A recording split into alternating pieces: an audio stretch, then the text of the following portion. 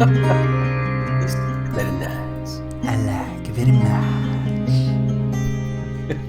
You do a good job of sounding like Jack Black. It's my stretchy pants. Send me a piece of that corn.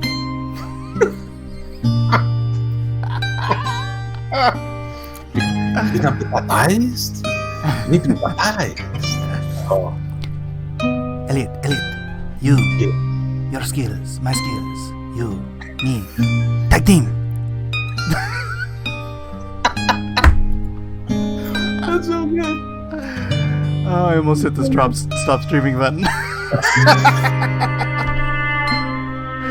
right. Enough with this relaxing music. Welcome to the Aloha Tonight. Aloha Tonight. Featuring Aloha Tonight. Eliote Fernandez. Yes, indeed. Wait, where the heck did you... What is going on here? Oh, send a message to everyone. Whoops. Okay. How do I get rid of this message thing? Oops. That's the BitChute thing. Hide messages. There we go. How do I get rid of this message thing? I don't know. What the heck? What are you talking about? Show Where is it at? messages. Hide messages. And now... Oh, there. Little arrow gets rid of it. Alright, never mind. Oh, that guy. Okay. Yes. Yeah. Aloha. Eliote. Welcome everyone to tonight's episode of Aloha Tonight. With me tonight, our good friend and follically challenged Elliot Fernandez, who's not actually follically challenged. He just shaved his head. Yeah, man. Because I'm trying to, Be more aerodynamic. I understand. Aerodynamicism is very important. Well, it is when you're swimming or something. I don't know, but they say it's. I remember when I was a kid. They used to have this. I know you remember, but I'm going to pretend that you're not as old as I am. I'm going to say they used to have these sneakers called Zips. Remember Zips? Zips. I do vaguely remember Zips. All right, so they were advertised as they had little lightning bolts on them. I love that. I love lightning bolts, and they were supposed to make you run faster. And I was like, I had a pair of Zips, and it didn't work. Same thing with the hair. It doesn't make me draw any faster. Maybe you need to shave the hair on your knuckles. Well, that's helpful. Your knuckles. I'm saying the knuckles correctly. You got all kinds of people in the chat. Everyone's saying hello. Dewey. So, Elliot, you haven't seen the Project Veritas video yet. No, I have not seen that. I haven't seen the whole thing either. I've just seen enough of it. I think I probably watched like 10 minutes of it, but I have seen enough to know that all of the things that I've been noticing about YouTube throttling my audience and then rewarding me when I put more left-friendly titles and descriptions is all reality. I'm not imagining anything because they came right out and admitted it. Elliot, your room is looking almost as cluttered as mine. Oh, it is. Well, it's not that bad in the middle. Like right behind me, so it's more open. It's just that I have this little, like a rolling cart that has a bunch of paperwork that I have to go through, and I'll be done. All right. Well, what is it? Einstein said something to the effect of, if a cluttered desk is evidence of a cluttered mind, what is an empty desk evidence of? Oh, what? It's true. And that's a horrible, horrible paraphrase, and I do apologize. Oh, but it's good. I get the idea. Yeah, I don't know, man. I've tried. My wife hates it, but I'm like, baby, it's me, girl. 20 plus years, baby. This is what we do. Yeah, I just try to angle the camera in ways that you can see a minimum of the trash in my room. It's not trash. It's... Hold on, let me see if I can I know where everything is. See that? Hey, you ever watch Bobcat Goldthwait? I just did the I know where everything is line, and it reminded me of Bobcat Goldthwait. He used to do this skit And he was like, I lost my job. Well, I didn't really lose my job. I mean, I know where my job is still. It's just when I go there, there's this other guy doing it. And then a little later in the skit, he'd be like, "Hey, I lost my girlfriend." Well, I didn't really lose my girlfriend. I mean, I know where she is still. I go there. There's this other guy doing it. His humor is so good, but he had me always mixed up. Is he really like that for real, or? But no, I don't know. I don't really know what I'm doing here. I just like to be here. I gotta go. So we had a good night. a shelf life of 20 years. We had a good night of Paranormals tonight. Yeah. We man, Brian does such a good job. He's doing some like production stuff, with Premiere and things. I'm like, man, he's killing it. He's killing it. I'm a loser. I'm a loser, baby. So But why don't one you day- hire me? One day I'll grow up and I'll be like him. Someday your prince will come. Yeah. Someday. So what's going on in the world today? If Mike goes full ASMR, I'm out. Dude, I eat stuff into my microphone all the time, P-Money. I don't know if you noticed that about me. They said they had an echo. Is that true? An echo? I have an echo? No, I have an echo. Somebody mentioned that earlier. I don't hear you echoing, but then again, it's not me. Is Elliot? Everyone who thinks Elliot has an echo, press 0 or O.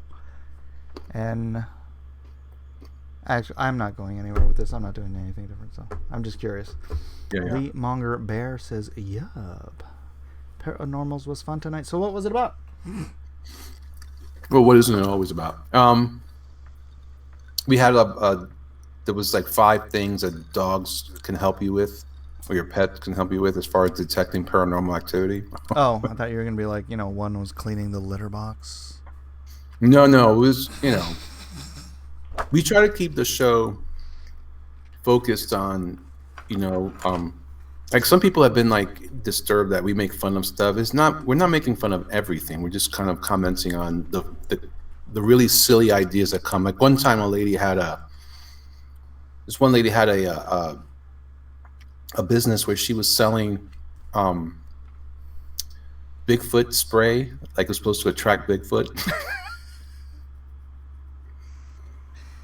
It was so funny, and the thing was, that she knows it's not real, but she's selling it like it's real, and that's funny. You gotta make fun of that. Yeah, big spray. That's just ridiculous. Same thing with. I sell a chupacabra foot rub. Whoa, we need that on my show. But no, he's been doing such a good job. So far, Michael Caine is something has happened. He's really made it big over there. Yeah, something has happened that a doppelganger has arrived from an alternate dimension of Brian, and we're not really sure why. Really? And so, but we can't let Brian know because we're afraid of him. Older Michael Caine, like from the Batman. Or is it like the younger Michael Caine with the faster, higher voice? We determined that Michael Caine keeps shifting back and forth with his age. Okay. Yeah. So it doesn't matter. It could be either one. But so we can't let Brian know because we're afraid that what the kind of impact it might have on this time-space continuum. I can see where it might be a problem. Yeah, it's definitely not an Infinity War problem at all. But they would have resolved it with just, hey, because of story. But story. Hey man. Hey. What time is it? 2:05. 11:05. It's 11:05. Well, for me, it's 2:05. Time, space, continuum stuff going on here. I just wanted to talk about Doomkick real quick. Do it. We are at 34,365 right now. Wait a second. What were you at yesterday? I think I went to 33 this morning. Oh, smoking. But I only have 25 hours left. Seriously? Dang, Mm-hmm. that was fast. Isn't that crazy? It doesn't feel like it's been that long at all. You have how long left? 25 hours? Yeah, I'm not sure how to trust this. So okay, so that's why you had a big day, because today you're starting to kick into their algorithm. I think so. Nice. All right. Well, you got to do mad push, man. Lots of coffee tomorrow. Lots of coffee. I know. I'm here for you, brother. I'm here for you. I'm excited, man. Things are looking more positive for sure, and we'll see how this goes. But I'm pumped up for the challenge ahead. It's going to be a challenge, but I'm ready for it. And I don't know if I'm ready for it, but I have to say that so I can convince myself to keep moving. Let me see. Vilna says EVS only has 1,000 more viewers than you right now. Blacklist Universe. Wow, sweet, catching up. Hey man, we'll get there. I'm gonna work on. Can I just put some stuff I'm working on my screen? Yeah, feel free. I'm doodling away on this Jawbreakers thing. Well, I'll leave it. People like my face. I don't know why. I don't think they should, but yeah. Well, there's no accounting for taste, I guess.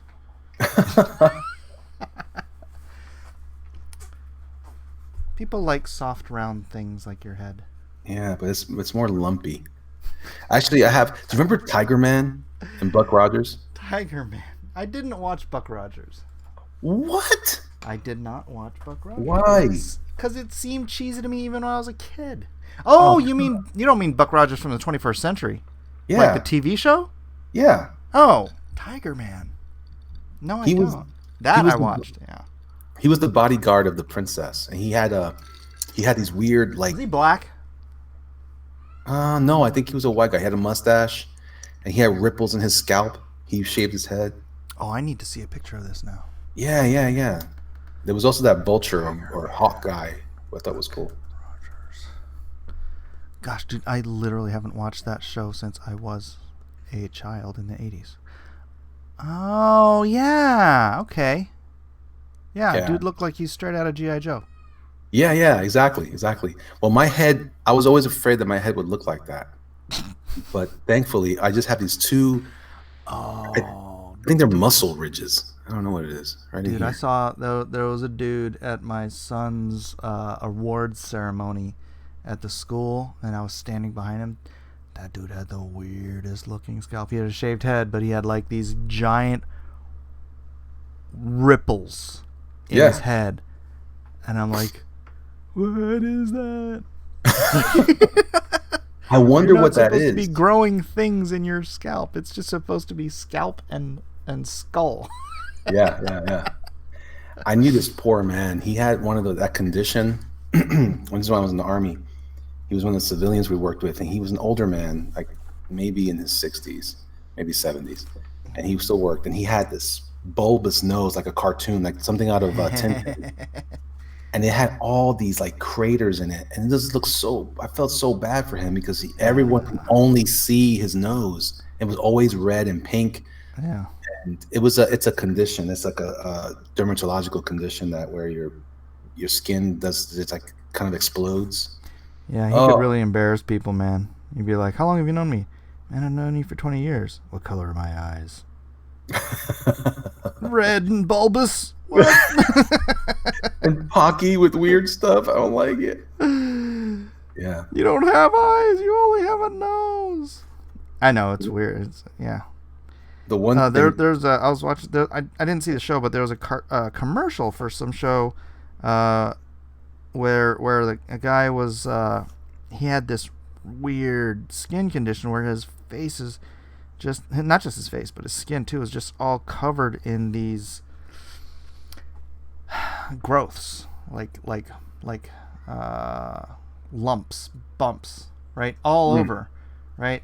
And his sister, I guess, had the same affliction, and she wanted to go to a doctor because there was a doctor that had some, new technology that they could try him, and she's like, he doesn't want to do it. He's like, it's like, why would you?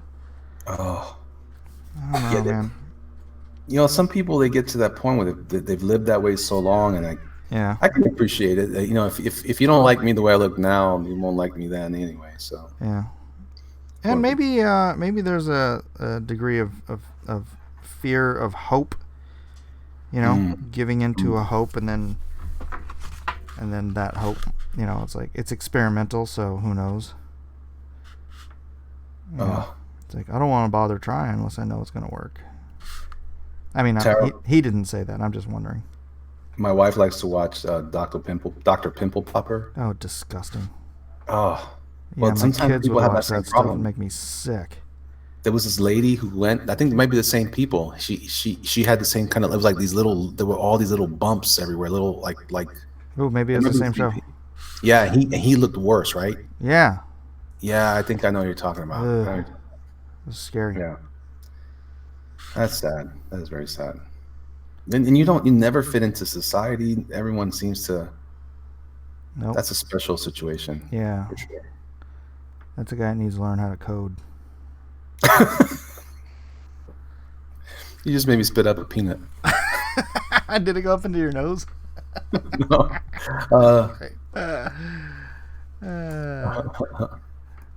Jason Pirtle says, "Hey Mike, I missed the old CG live streams with you, Elliot, Malin, EBS, Cecil, Critias. Will you guys stream again?" Well, Ethan's channel's all full up right now, so ow! Shoot. Hold on a second. Oh no. Oh, what happened? Hold on a second. This is gonna be disgusting. Uh-oh. Ooh. Live. All right, live from New York. Let's get a camera on this. Oh, no. Let's see if I can see this. I didn't notice this earlier, but apparently I peeled half of my toenail back. No. Oh, I know when I did this too. I know when I did it, and it's really gonna hurt when I rip it off. Oh. Oh no. You're not good. No. No, Michael. No, Michael. No. Isn't it funny when you like you're such a, it's just dudes, right? It's like you'll bump something or you'll crash into something, and then like 2 days later you're like, "Hey, where'd you get that bruise?" And you're like, "I don't know."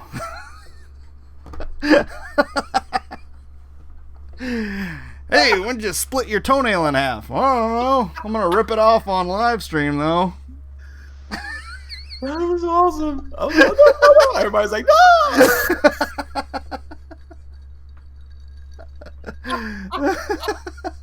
P Money says, "Okay, I'll take the ASMRs instead, Mike." Hey, P Money, I am here to entertain you. So that falls into that category, I think. I gotta rip off a toenail to do it. Here, that's dedication, my friend. Dedication. It's a good thing I just took a shower, so my feet don't look. It's not like my feet turn green or something if I don't shower, but. No, I know what you mean. They're not as dry and crusted looking. Perkindo says, "I wish I had missed it." Where is Edwin? I don't know. He's probably busy. I sent them the link. I could drop the link in the green room, but I like hanging out with Elliot. We chill well together. That's what's up, man. That's what's up. Plus, we gotta pimp some Doom Kicker. Yeah, it kind of is the last day thing, right? Yeah. That last 48 hours for me, man, I was pumping out emails on MailChimp. Has Doug put out the email yet? I heard that he did. He did. Good.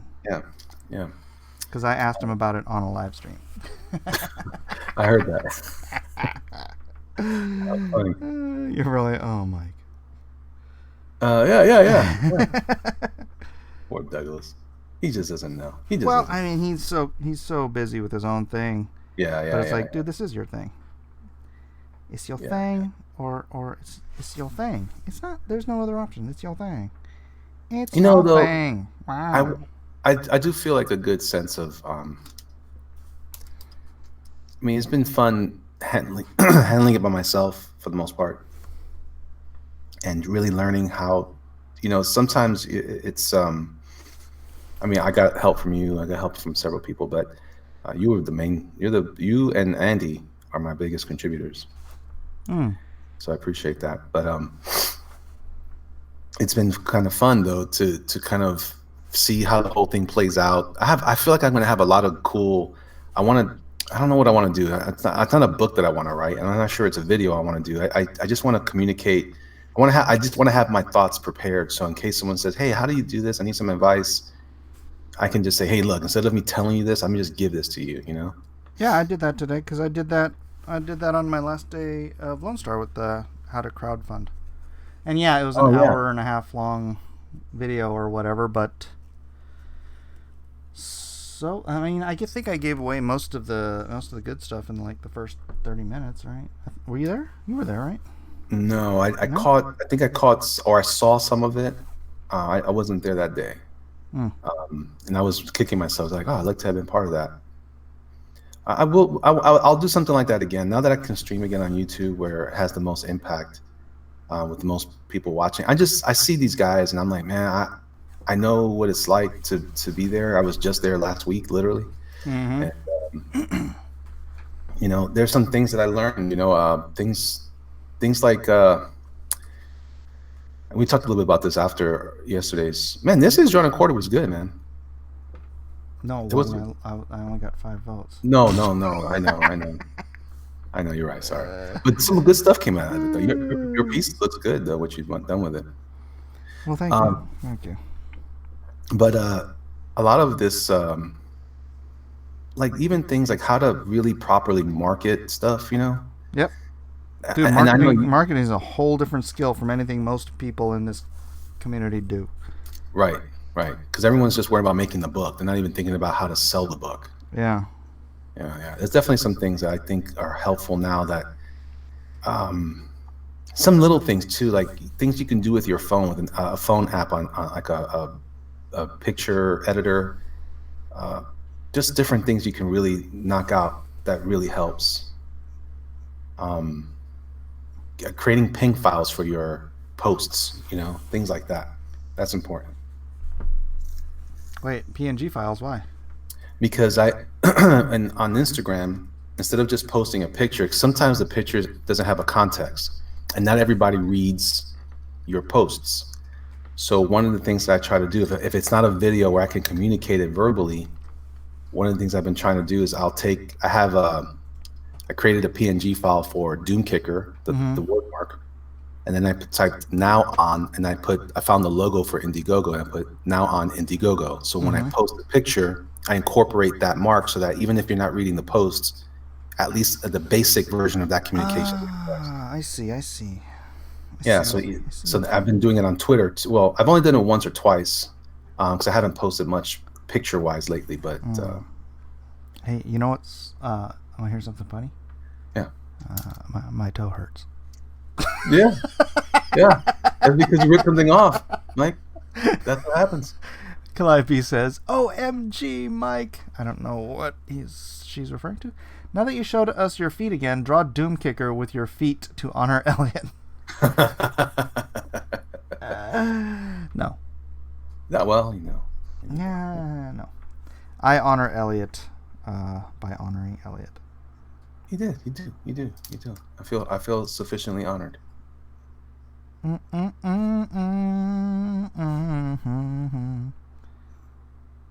So I'm trying to draw a mummy. Are you my mummy? Hello, mummy.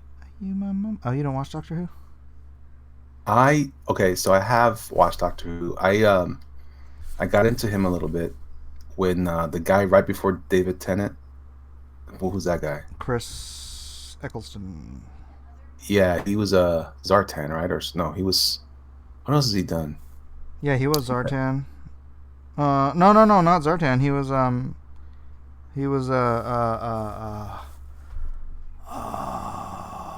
my gosh. Destro, that's right. That's right. Yeah.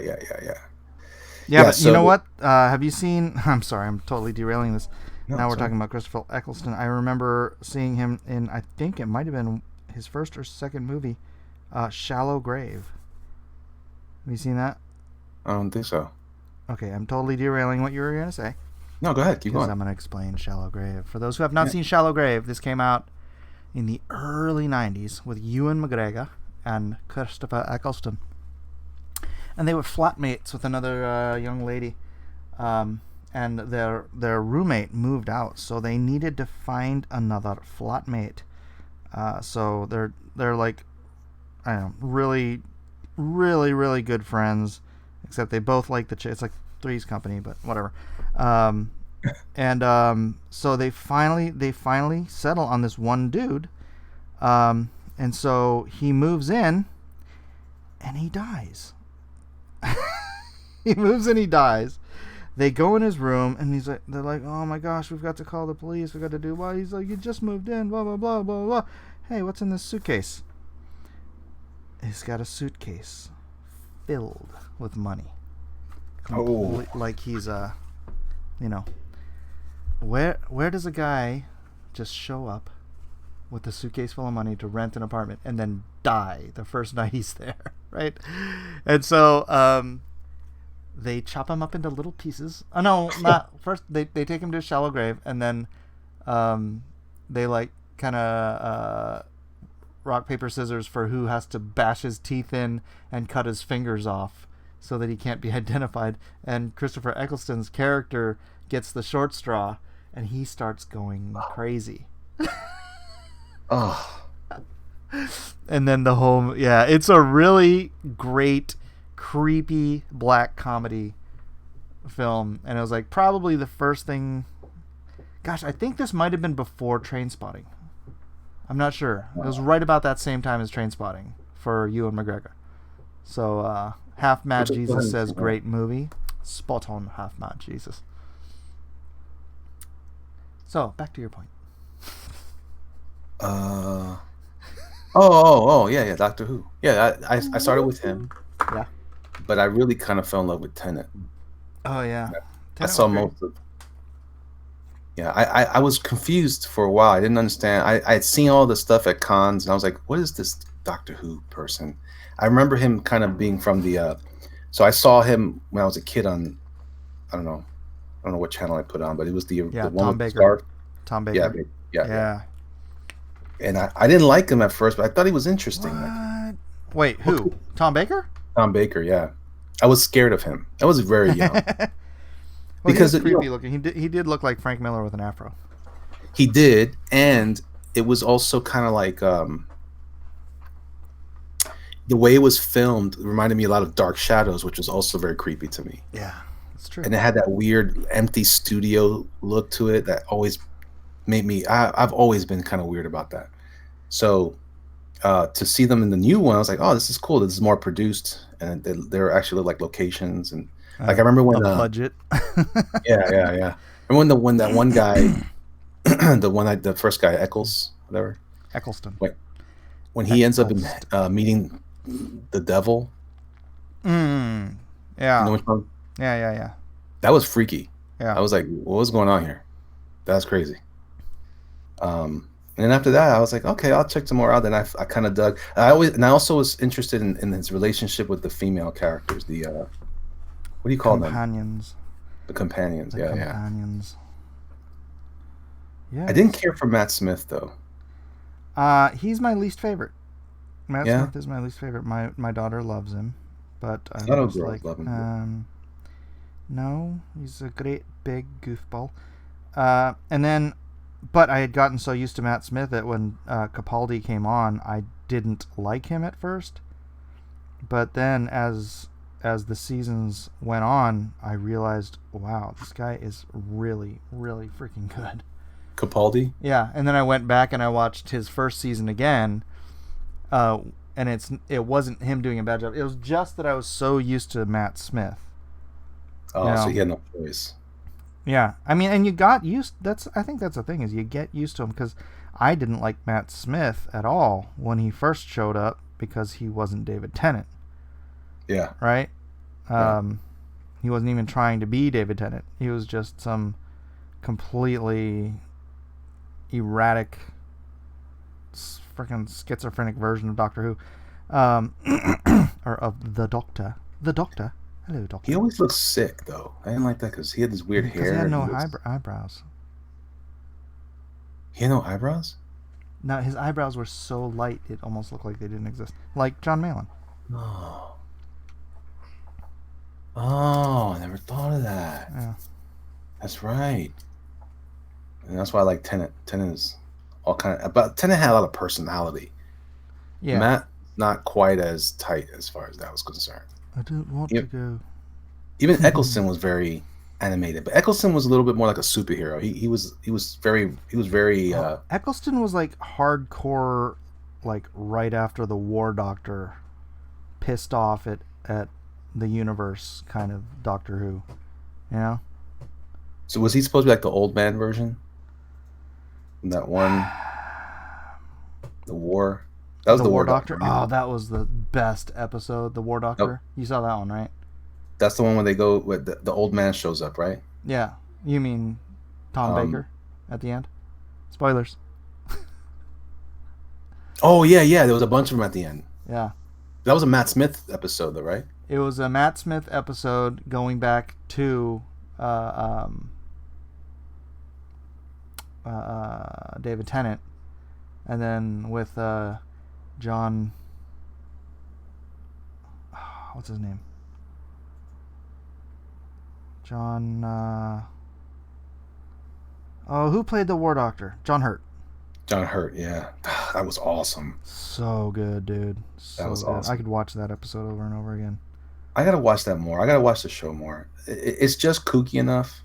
That stuff is really... That's another thing. I think part of it for me was for a very long time, I couldn't appreciate British humor, and I didn't appreciate a lot of British science fiction. Oh man, I grew up on it, man. I was watching PBS. I was watching freaking Benny Hill and Monty Python and Fawlty Towers and Blackadder and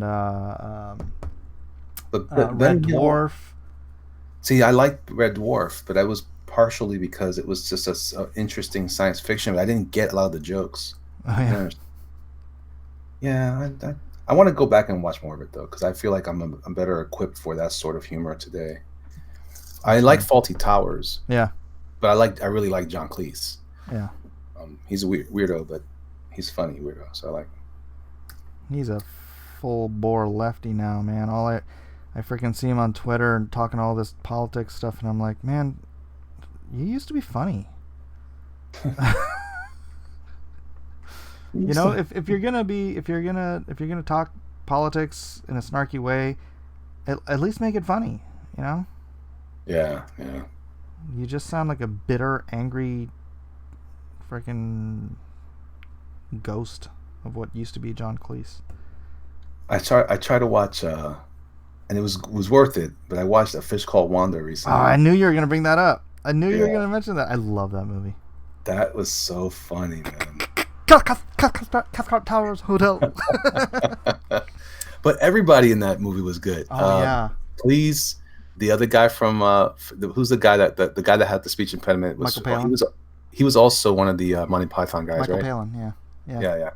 And but Klein was good. Kevin Kline, yep. Yeah, and of course my homegirl. Say hi to Eden. What's up, girl? Hi. How you doing? Hey. We were just talking about Doctor Who. Oh yeah? Who's your favorite Doctor, Eden? David Tennant. She said David? Yep. Yeah. Oh, I thought it was Matt Smith. It's all the Tennant. No, I said she loves Matt Smith, but Tennant's her favorite. Yeah. And a lot of the ladies it's like the 10. Matt She Smith. calls him the 10 because his name is Tennant. He's the 10th Doctor, and he wears tennis shoes. Oh, it does. Do your kids watch British shows? Yeah, some, right? I like Doctor Who. She loves Pride and Prejudice. Every version of Pride and Prejudice. Yeah. Yeah, Sherlock. You watch Sherlock, dude? Oh, that's So great. good. Is it gonna be another season? You think?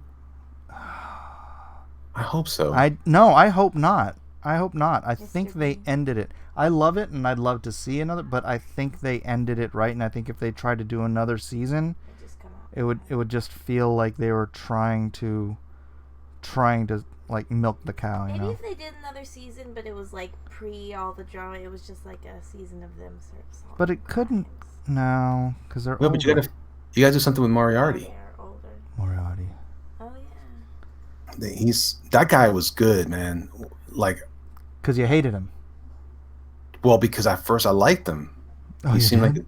like a decent guy, and then he comes out walking all smooth, like that guy was cool. Yeah, Moriarty. Huh? What?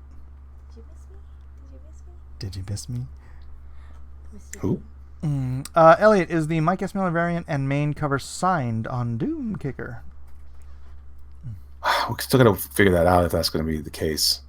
I will sign the book for sure. The question is, will Mike sign it? I'm not flying out there. No, but I was thinking about. Oh, it's up to you. It might be more of a hassle for you than you want to handle. I'm not flying out there. No, I'm not flying anywhere. It depends on who I use as a printer, because if I can, Oh, if I go with your guys, the Canadian guys, it might be worth it to send it out to you, and then I get it from you. you can sign it yourself. It's your book. I'm Yeah, signing all the covers that other people are doing. That's true. That's true. And then the next time you see Michael, at a show or at an event, you can have him sign it. It'd be worth it then. Someone asked if you've seen Pride and Prejudice and Zombies. Yeah. Matt Smith again. Yeah. The zombie one. Yeah.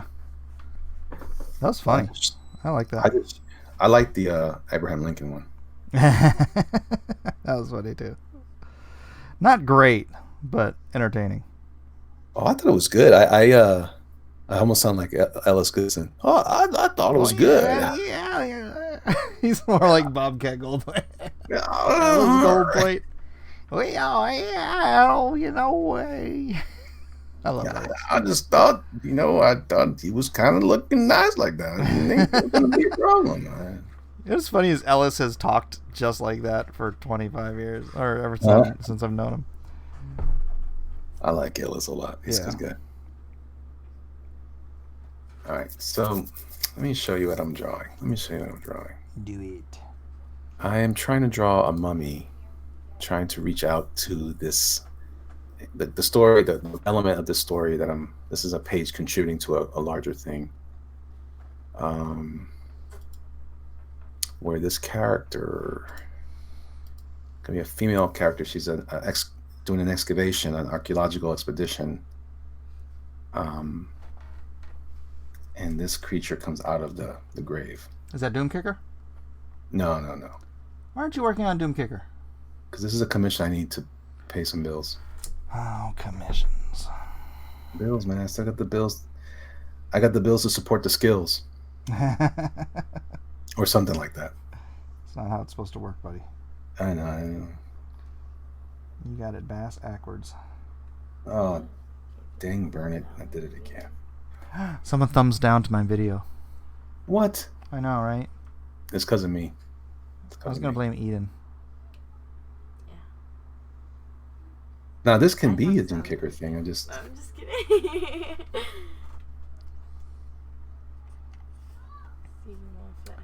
The 5th season. Sherlock did a movie, and that was the end. 5th season of Sherlock is reported in the works. Stephen Moffat has reportedly... Oh, seriously?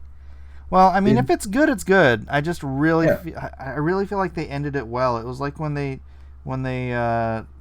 tried to milk Scrubs. Right? Did you watch Scrubs? No, I never watched it. Oh, it was really good. And then it was over, and they're like, "Oh, let's do it again." And it ended so well, and then they're like, "Oh, let's do it again." And then the reboot show sucked so bad. Did you see Arrested Development? Ever watch that? I can't get into it. I just started watching it. Oh, it's so funny. It's weird because I love Jason Bateman, man. I've loved that guy since since Silver Spoons. Yeah, I was just gonna say. Yeah, Derek. But Oh, I wow. just couldn't get into the show. Dude, it's weird because it's a very it has the pacing of a British show, but I think it's because it has more of American humor in it. Like it's just the little digs they throw on each other. Oh, it's just so good. And it cracks me up every time he talks about his son George Michael. 'Cause I know it was a reference to George Michael, the singer, but nobody ever addresses it. It makes me crack even more. And they emphasize it weird, like, and George Michael. They like, why not just George or Michael? Yeah. George Michael. Maybe I'll give it another try sometime. British shows, the British version of The Office. The British version of The Office was terrible. Yeah. Everybody said it was better. No, not me. Not I, McFly. That's the same way I felt about that show. What do you call it? Being Human. Mm-mm. Have you seen that? I've never because I didn't like that the guy for a little while because of Doctor Who. I started looking for more shows, so I kind of discovered that that car show with the three older guys. What's it called?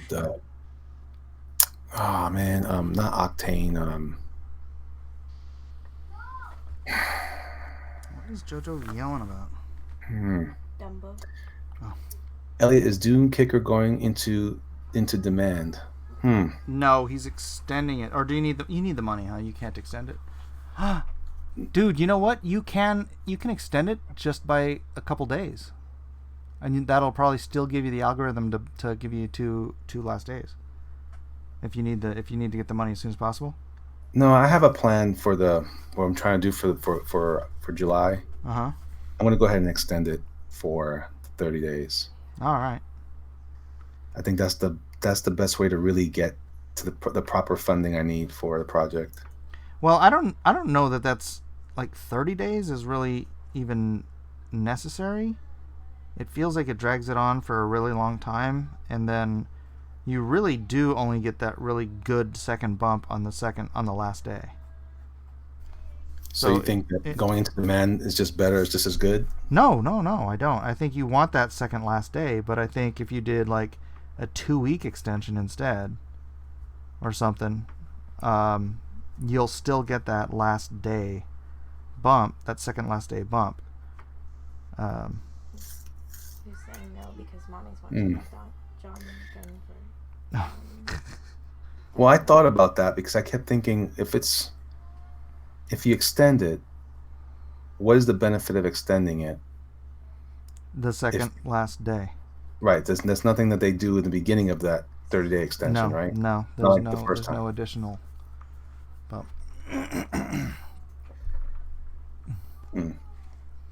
So basically, even after if I put it into demand, I'm still campaigning like I'm doing now because it wasn't beefing me up to this point either. It was still based on the marketing we were producing, right? All right. Yeah, if you want to go in demand, and just promote it like a store. I mean, I don't know. Let me look at my numbers. Hold on. Let me look at my numbers. I can tell you in a bit. Lone Star Cosmophone. That don't mean squat. What did you make on your second month of Lone Star 2, Mike? 20 to 30 grand? Let me tell you.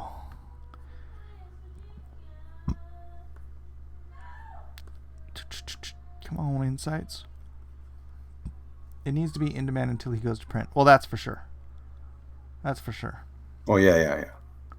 Ooh, man, I'm at 2936 backers. I'm almost there. So, let's see. This was my last day. I did 25,000 on my last day of the 30 days. My 31st day, I did 6,496. Then 2,000. $1,800, and then between then and unless I have some sort of an event, it's just like it ranges from roughly usually under $1,000 a day. Until again I got the ramp up on my last 2 days again, and that was 4,444, and then my last day was 10,960, and then the day after my last day it was 12,10 because I think I was still feeding into the algorithm or something.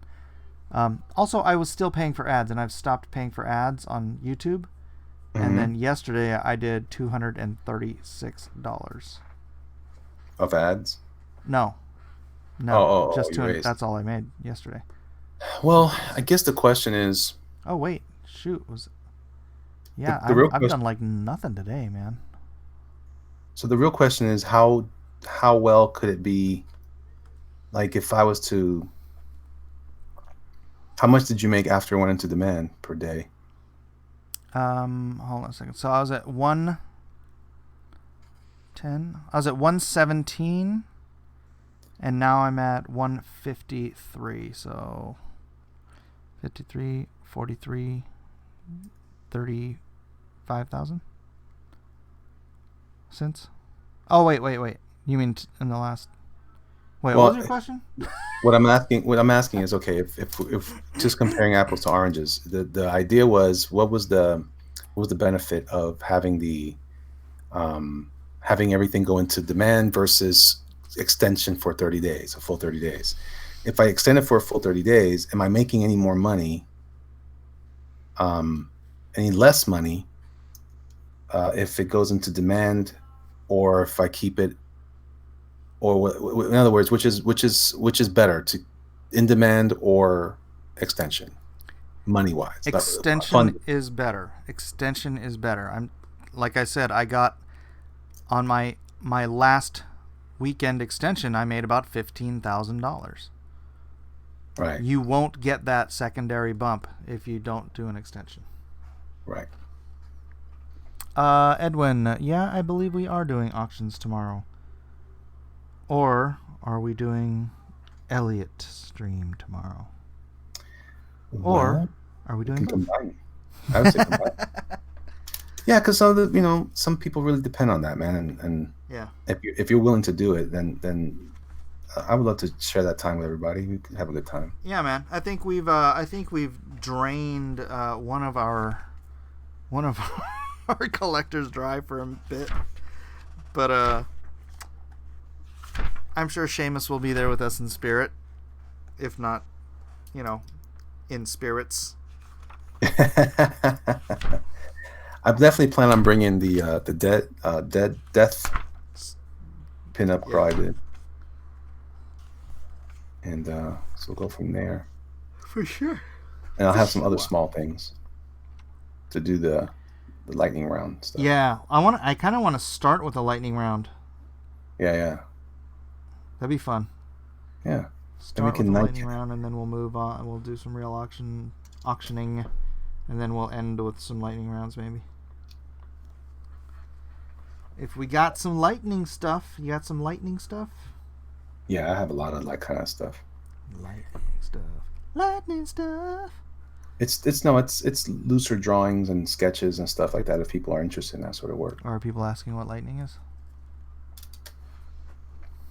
Really? No, I'm asking. I wasn't looking. I'm drawing too, dude. I want to be working on Lone Star, but I'm so close to finishing this Jawbreakers piece. I'm just like, all right, let me get this done, and then maybe I can sell it on the auction or call Muerta.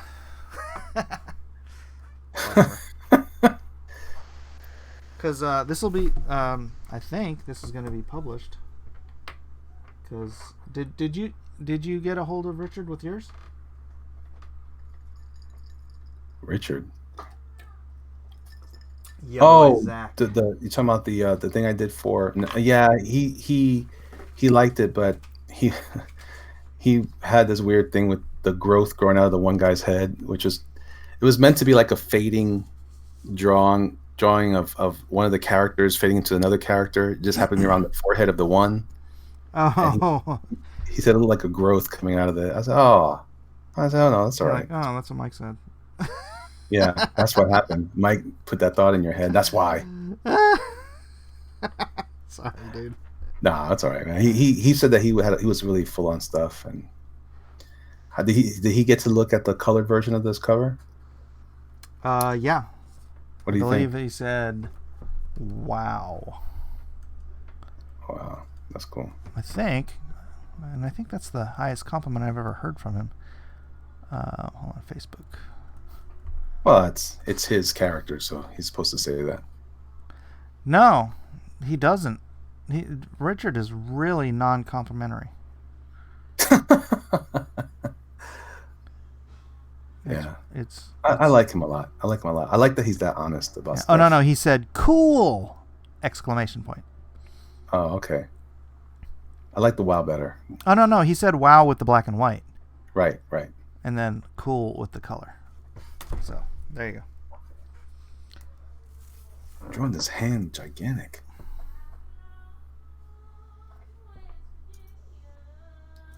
Yeah, I really dig his I really dig his flavor.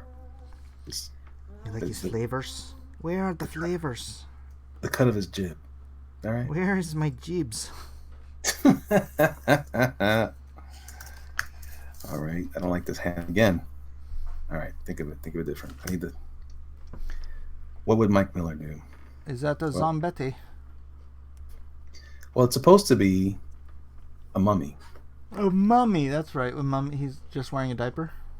No, that's supposed to be his pelvic bone. Pelvic bone. But I'm going to cover him up. I just haven't. I'm just draw this structurally, figure out what he is, and then I'll add the wraps. Asuka wants me to criticize John Malin's art without John Malin asking for criticism. He says, what do you think of Malin's cheesy helicopter 2 pages before the end of Lost Souls? Because he sees me looking at the book. Hmm.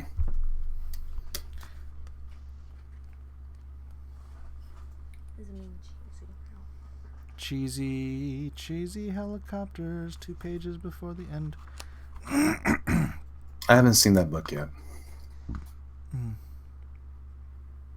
I think I backed the well, actually. I guess John's didn't want to use a lot of reference. I don't know. It's passable. I tend to reference vehicles.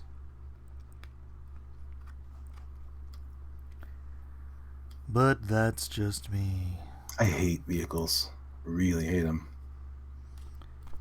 They're not fun. There's nothing organic about it. Yeah, they're not fun. I know I got to do it, but I'll tell you what's really challenging for me is drawing characters. When I've seen people plan a page and the character fits in the right perspective in that same space, that's always tricky to me, because every time people talk about the concept of a figure in space in with some sort of, what do you call that? Not 3-dimensional, but what do you call that? Perspective. Oh. They're usually upright and standing 6 inches tall to the whatever the background stuff is. But when that person's jumping at you, how do you figure out the proportions from there? I usually eyeball that stuff, but I want to do it more precisely. Proportions. You know what I'm talking about? Yeah, if it's not grounded, then it doesn't really matter, right? I don't know. I guess you're right. I mean, that's why it never doesn't look too bad when I've done it. But yeah, it's just grounding it that gives them proportional space, or proportional, depth, whatever it is, whatever word I'm trying to use. We're drawing, people. We're drawing, so our brains are functioning on the right side, and things like words aren't as easy to come by. I'm just making sounds from my face. Sounds, mouth, words, whatever. I just showed my son Christopher Walken's SNL skit, Cowbell. Oh, Needs more cowbell. listen, guys, I love what you're doing. I really think, and that's such a popular skit, but he's cracking me up mostly because of his expression. Yeah.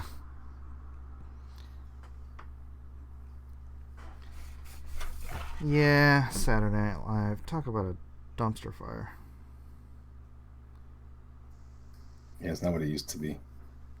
Yeah, but if you go back, I mean, it oddly it is kind of what it used to be, because even back in the day, they'd front load it with good skits and then they'd fill the rest of the time up with garbage. Right?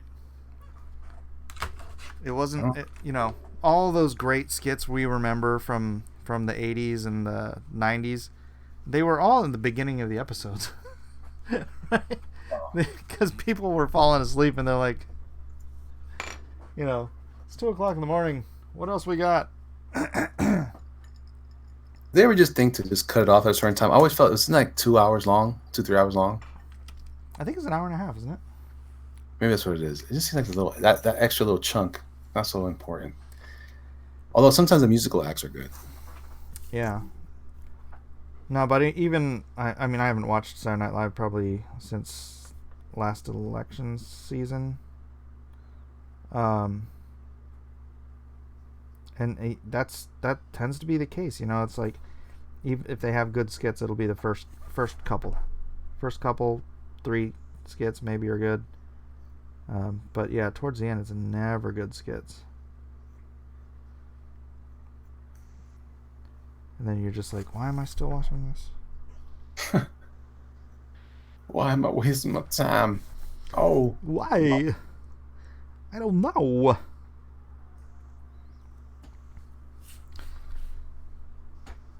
But what was your favorite Saturday Night Live cast? I want to say when Dennis Miller was on there. So that was Dennis Miller, Norm Macdonald. Yeah. What was the guy's name that did? Was Carvey in there? Didn't Carvey? Potholes. Who was that? Yeah, I think Dana Carvey was in there. Mike Myers. Mike Myers, yeah, that was what I think. Chris Farley. Yeah, that was good stuff. Yeah, Mad TV was so much better back in the 90s. And Living Color was good too. Yeah. That was their very early exposure to what's his name? J-Lo? Crazy guy.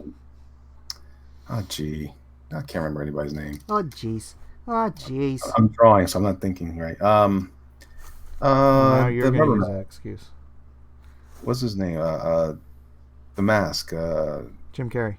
Jim Carrey. Gosh, how do you remember that stuff? I think my brain's going bad. Oh, I like Lovitz too, and Phil Hartman. Oh, Phil Hartman was good. Oh, Phil Hartman was the best. He had great voice. Yes, he did. That was a terrible Phil Hartman. I'm Troy McClure. You may recognize me from such films as... He talked through his teeth. He had this kind of thing. Yeah, I mean, his character in Jingle All the Way. Look, I just don't want to say anything, but I think perfect car salesman voice. Yeah, gosh, he was so funny. Remember Joe Isuzu? What was he on? Wasn't he on SNL at some point? I'm Joey Isuzu. That comedian, the actor. Yeah, no, he was just the Isuzu commercial guy. Oh, that's right. He just did some bits and like a character actor in some shows. Yeah, I remember that. Yeah. Yeah, Jim Carrey was unrelated to Coma says Jim Carrey was Fire Marshal. Let me tell you something. Yeah. That came out right. That was a big deal right as I was getting out of high school, and that was all the rage. Everybody made references to that show. And that's when Jennifer Lopez was a fly girl and she was just dancing. Yeah. Oh yeah. J-Lo. Man, that was so long ago. How she still looked this good? I don't know. She works hard, I guess. She works hard for the money. All right, so this is my guy standing. All right. Still, it's so weird. This is not that long. Alrighty then. Well, that's Ace Ventura. Who was it was saying this the other day that movie couldn't be made today? Probably Malin. He's right though. I mean, it was so full of crazy jokes about anything, and it doesn't seem like it would work today. People would be too offended. Yep, it's the death of comedy.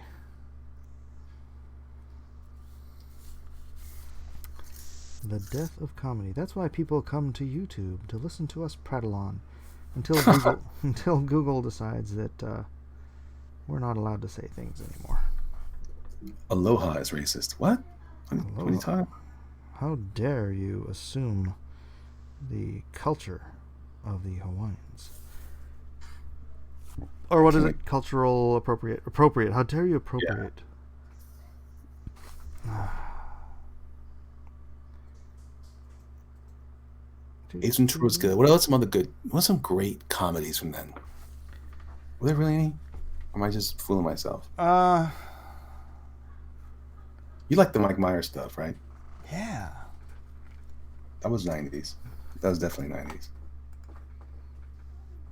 Whoopi Goldberg was fun in those Sister Act movies. I didn't like Sister Act.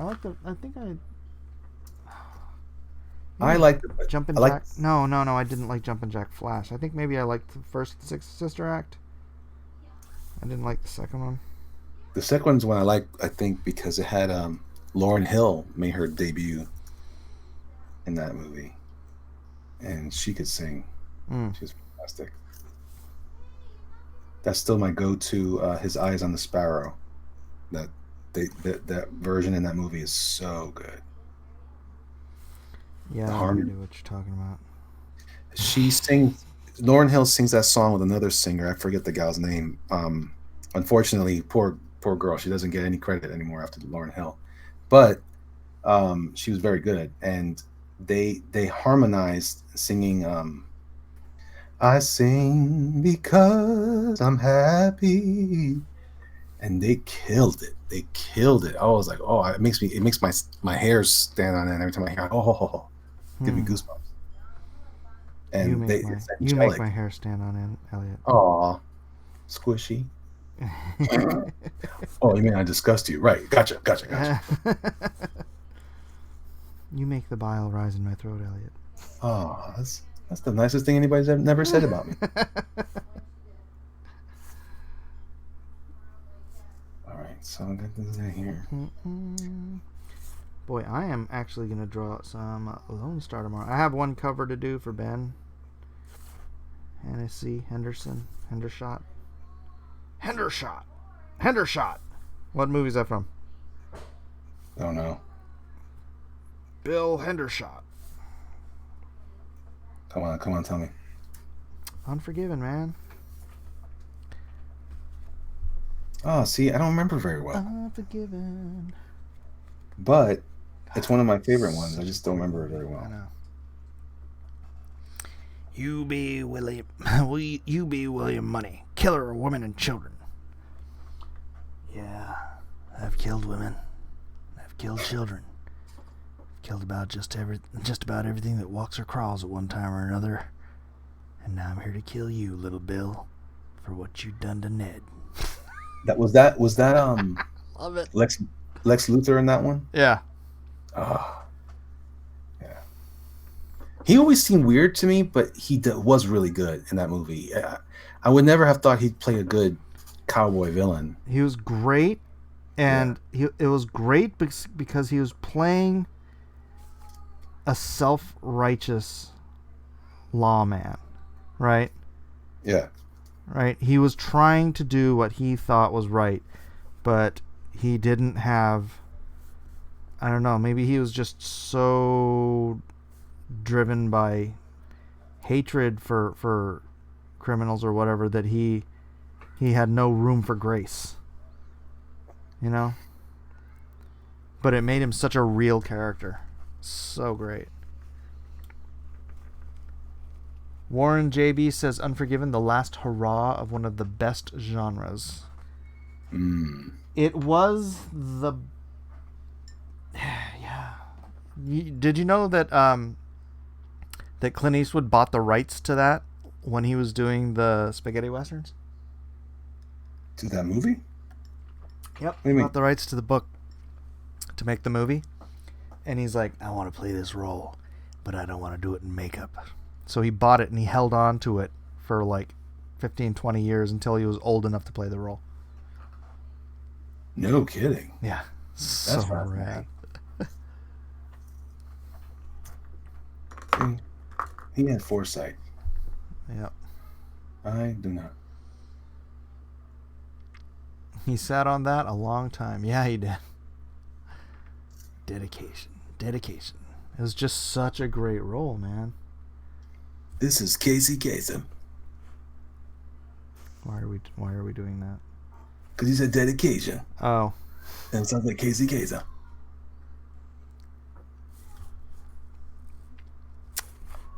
Yes. Clint Eastwood was dedicated. Unforgiven. Fair's got nothing to... Yeah. Fair's Why do you think that movie holds up and not... Fair. How do you like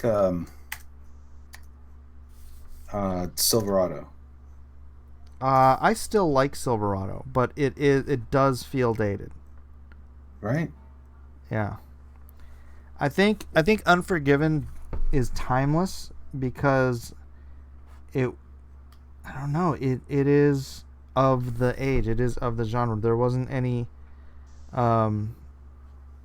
crazy up-tempo not up-tempo, but like in Silverado, it's not all sort of period music.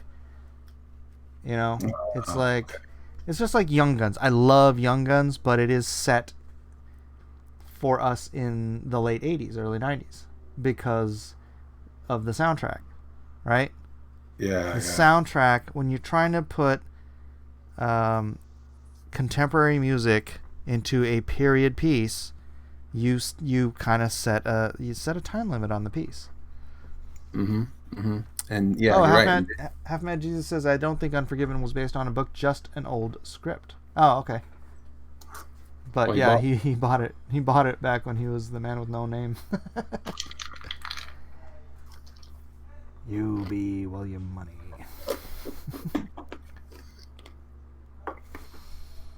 He had it coming.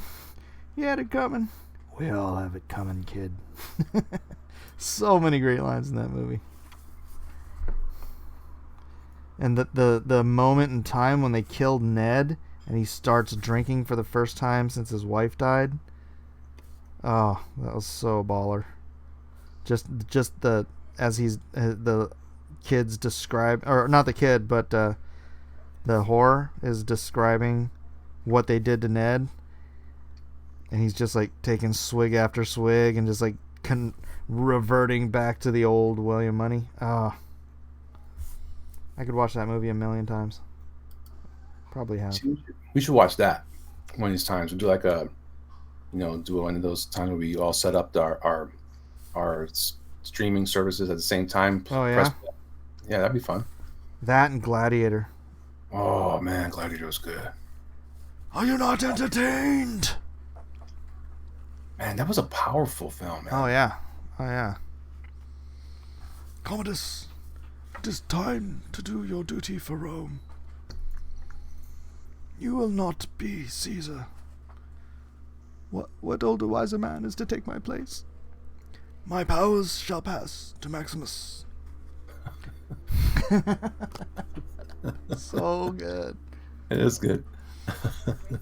I would have killed the whole world if you would just love me. Oh, Oh you man, feel for him, you know? He's Hitler, but you feel for him. What's up?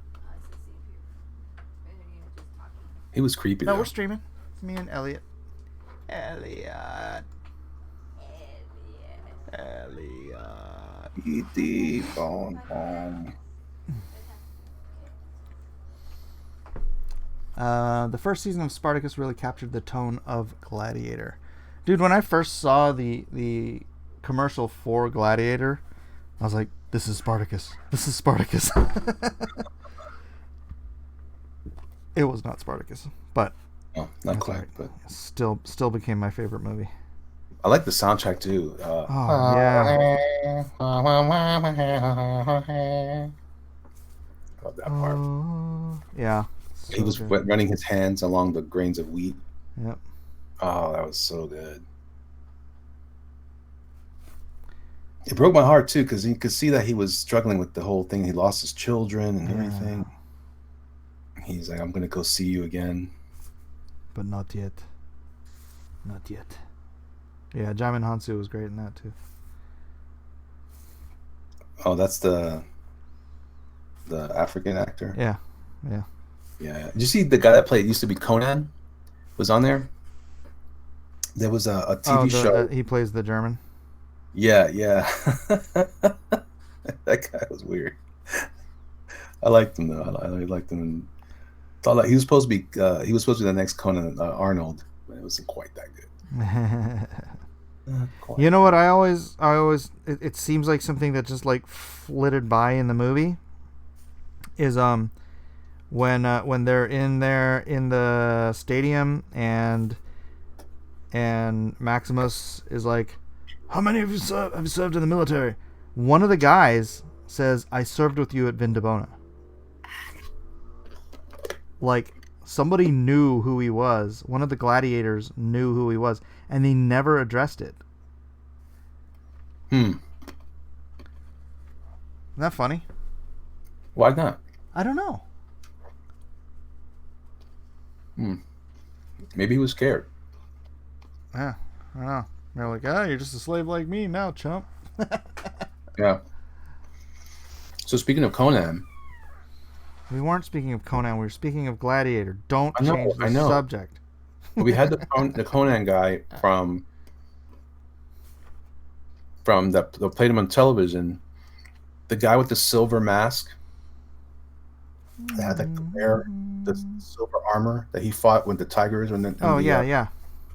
That was one of Conan's trainers in the original Barbarian movie with Schwarzenegger. Oh, really? Mm-hmm. He was one of the guys with the hammer. They had that terrible Tigress of Gaul. Yeah.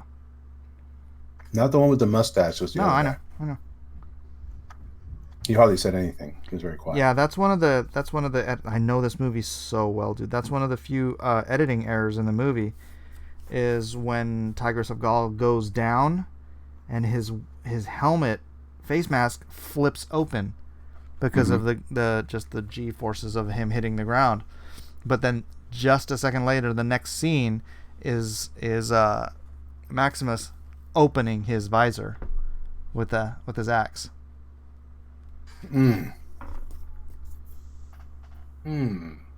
Yeah. Imperfect movie. Stupid movies made by Hollywood people that do stupid things. Ruined the whole thing for me. Probably only noticed it on my 4th or 5th viewing.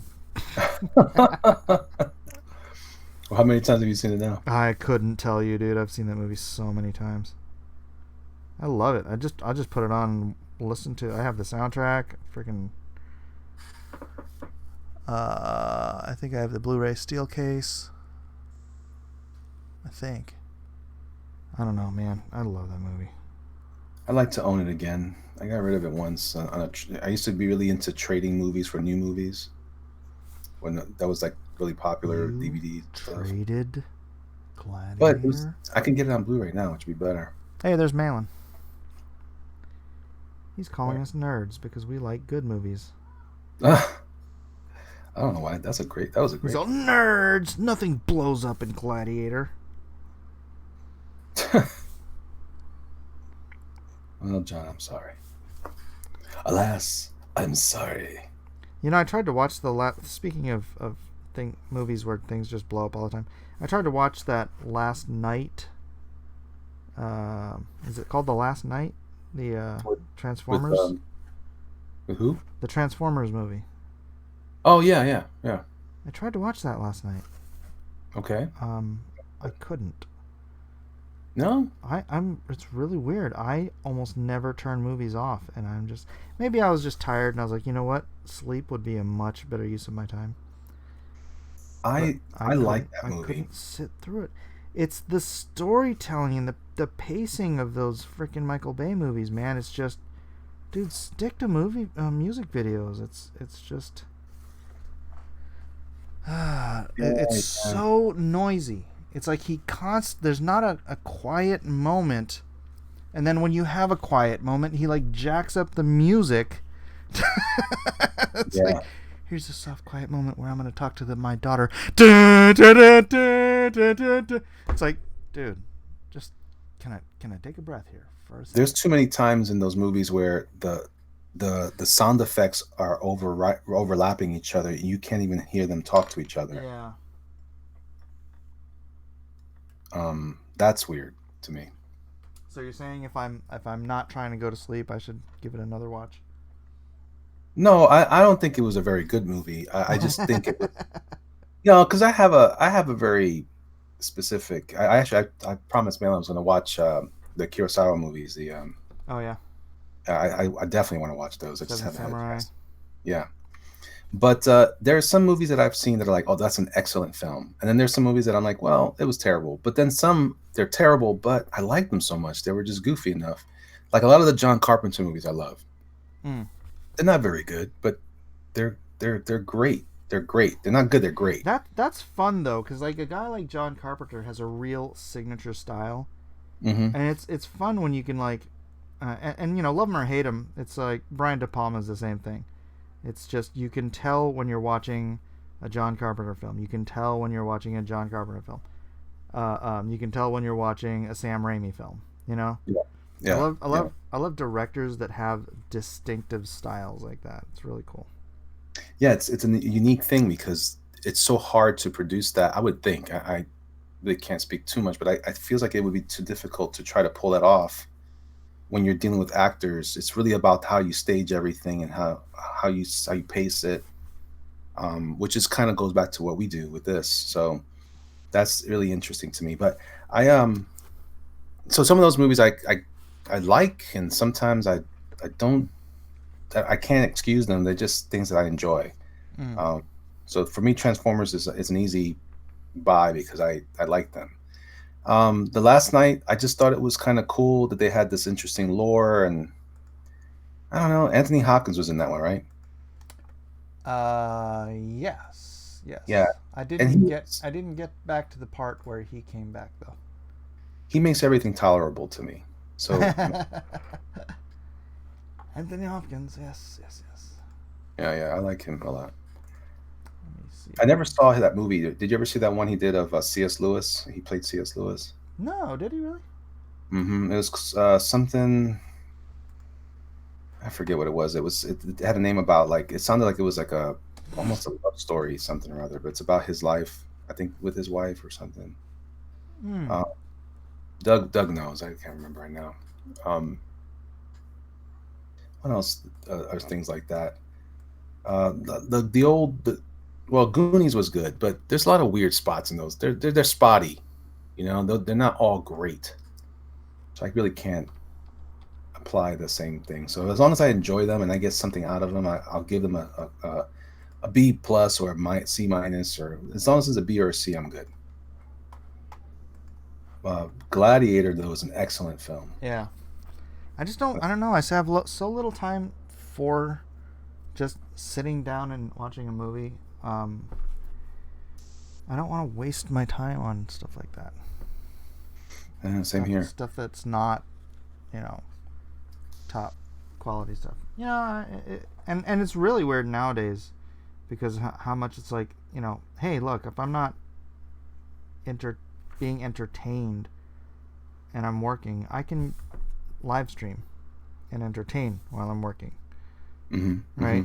And maintain this audience that we're building, and that's more important than turning on some stupid thing to. And you know what? I don't like. It's funny. I was just thinking about this today because my son puts on Metallica, and I love Metallica as much as the next guy, but I just think, man, it's like, when you're putting on stuff solely to entertain yourself, you're like closing yourself off from an opportunity to be learning something.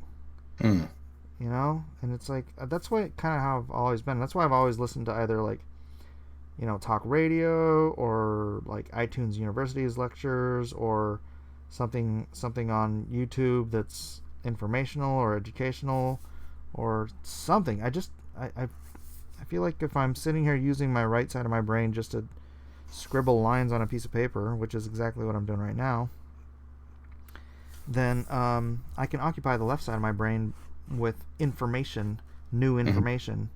And if I'm just listening to some music because I just want to get into some whatever, it's like I'm just filling that space with nothing. Right. I actually enjoy listening to audiobooks now. A lot. Yes. That's been fun. That too. It's a great way to kind of consume literature in a way that it is a different experience. But then I've been enjoying a lot of YouTube stuff, and I've been kind of enjoying this whole. There's a Wikipedia thing called SCP, and this has been fun for me because it's basically horror, a lot of cosmic horrors in it. SCP containment breach. Well, it's almost like a SCP stands for something. Oh, for crying out loud! Something phenomenon. It's an organization that's kind of like a shield organization that handles the crazy things that come into this world. Imagine BPRD meets Shield, and then. But you're talking about the thing that they do the video game on. That's a game? SCP containment breach, yeah. Oh, I see. Okay, well, I think it came from this Wikipedia thing. I haven't seen the game, but anytime I can get this one guy on here on YouTube, he goes by I don't know I forget the name of the channel, but he does this thing called the Exploring series, and he basically goes over some of the material from those files, those reports, and talks through them, and it sounds like I'm listening to like a briefing on what happened at this mission during this time for this reason or something or other. Very, very cool. That's one of my favorite things to listen to. I like listening to horror stories told, but sometimes there's a channel called Horror Babble that I like, but the gentleman that does most of the narrating or the reading, he's got an odd voice, an accent, like almost like a it doesn't sound British, but he has an odd cadence to his voice, and sometimes it's just kind of, I feel like he's just trying to get through the material interestingly versus trying to act it out. So that's been interesting. But there's another thing called another channel that's called Scary Tales to be told at night or something like that, and they do there's a guy, his name is Ian Gordon, I think is that guy's, I think that's his name. That gentleman does a great job of reading great stories. So I like that kind of stuff where it challenges me to think about what we're doing a little differently. There's comics, there's the art, then there's how would I render that image, and how would I tell that part of a story in something that was a little scarier than most. I find the political stuff is a little difficult for me to track when I'm drawing and working. Oh, really? Yeah, because I'm really trying to listen, and then one of the two things suffer. I can't focus completely on one or the other, and it gets unproductive for me. Finally, someone throws me a super chat. Dillard draws for $2. Says, Mike, take this money. Dillard, I will. And then Google will take 30% of it. Thank you. I do appreciate it. No one commented on Malin saying Michael Bay directed Seven Samurai. I didn't see it. Sorry. You know what? Speaking of that sort of like, you know, people reading interesting things, there's this one guy who does a channel called Real Crusades History, and he's really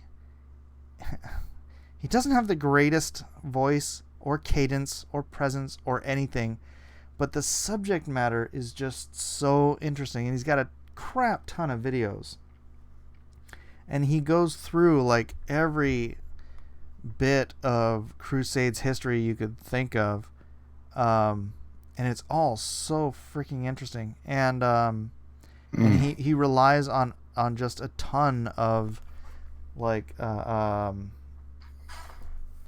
first person testimony. Yeah. So like first person testimonials from both sides, and you get just the reality of like the brutality and just, oh man, it's I really get into that stuff, man. It's if you ever get a chance, just check out some of his stuff. But that's fun too. I love history, man. History is so much fun. Yeah, I enjoy it too.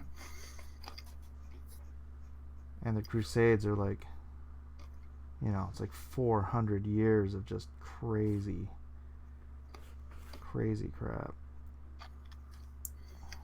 Have you been watching that show called The Curse of Oak Island? No. I saw commercials for it, but I haven't seen it. That's a cool show because they've been, these two brothers got into a venture to excavate this island in Nova Scotia that supposedly has a legend of a treasure on it. Yeah. And finding artifacts here and there. There have been several seasons where nothing happened, but they do a good job of building up stuff, and you can get, oh my gosh. But the real cool stuff is when they go into like, they found a cross. It wasn't wood; it was a metal cross. I think it was lead, and it came. They believe came from one of the Knights Templar. And so they're finding all these different things, and Vikings have been to this piece of land for a while back, and blah blah blah. It was really cool. And I tried to watch it for a while with my kids, and my daughter was into it for a while, but then she got disinterested with YouTube, and now I'm on YouTube. Yeah, you know what's interesting about that, like the Knights Templar, and well, not necessarily that, but like if you go back into history, and you hear the reports about like when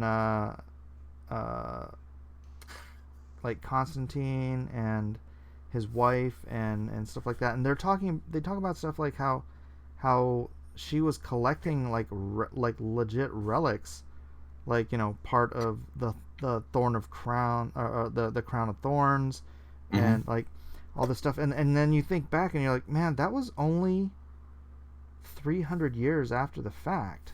That was less than 300 years after the fact. They legitimately, I mean, they legitimately could have had those relics, and I don't know, they could have even put them somewhere. I'm sure the Muslims burned them all by now, but isn't that crazy? It's like, it's crazy.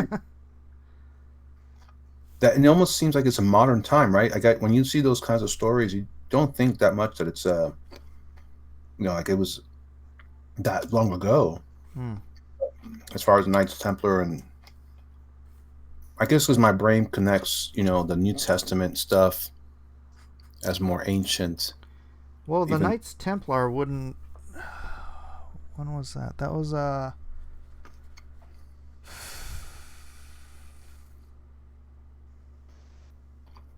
would have been Middle Ages, right? I think so. Yeah, so that would have been quite a ways away from like Constantine. No, yeah, I know, but I'm saying that that when they find all this stuff, it's still, you know, we're still talking about hundreds of years versus thousands of years. Yeah.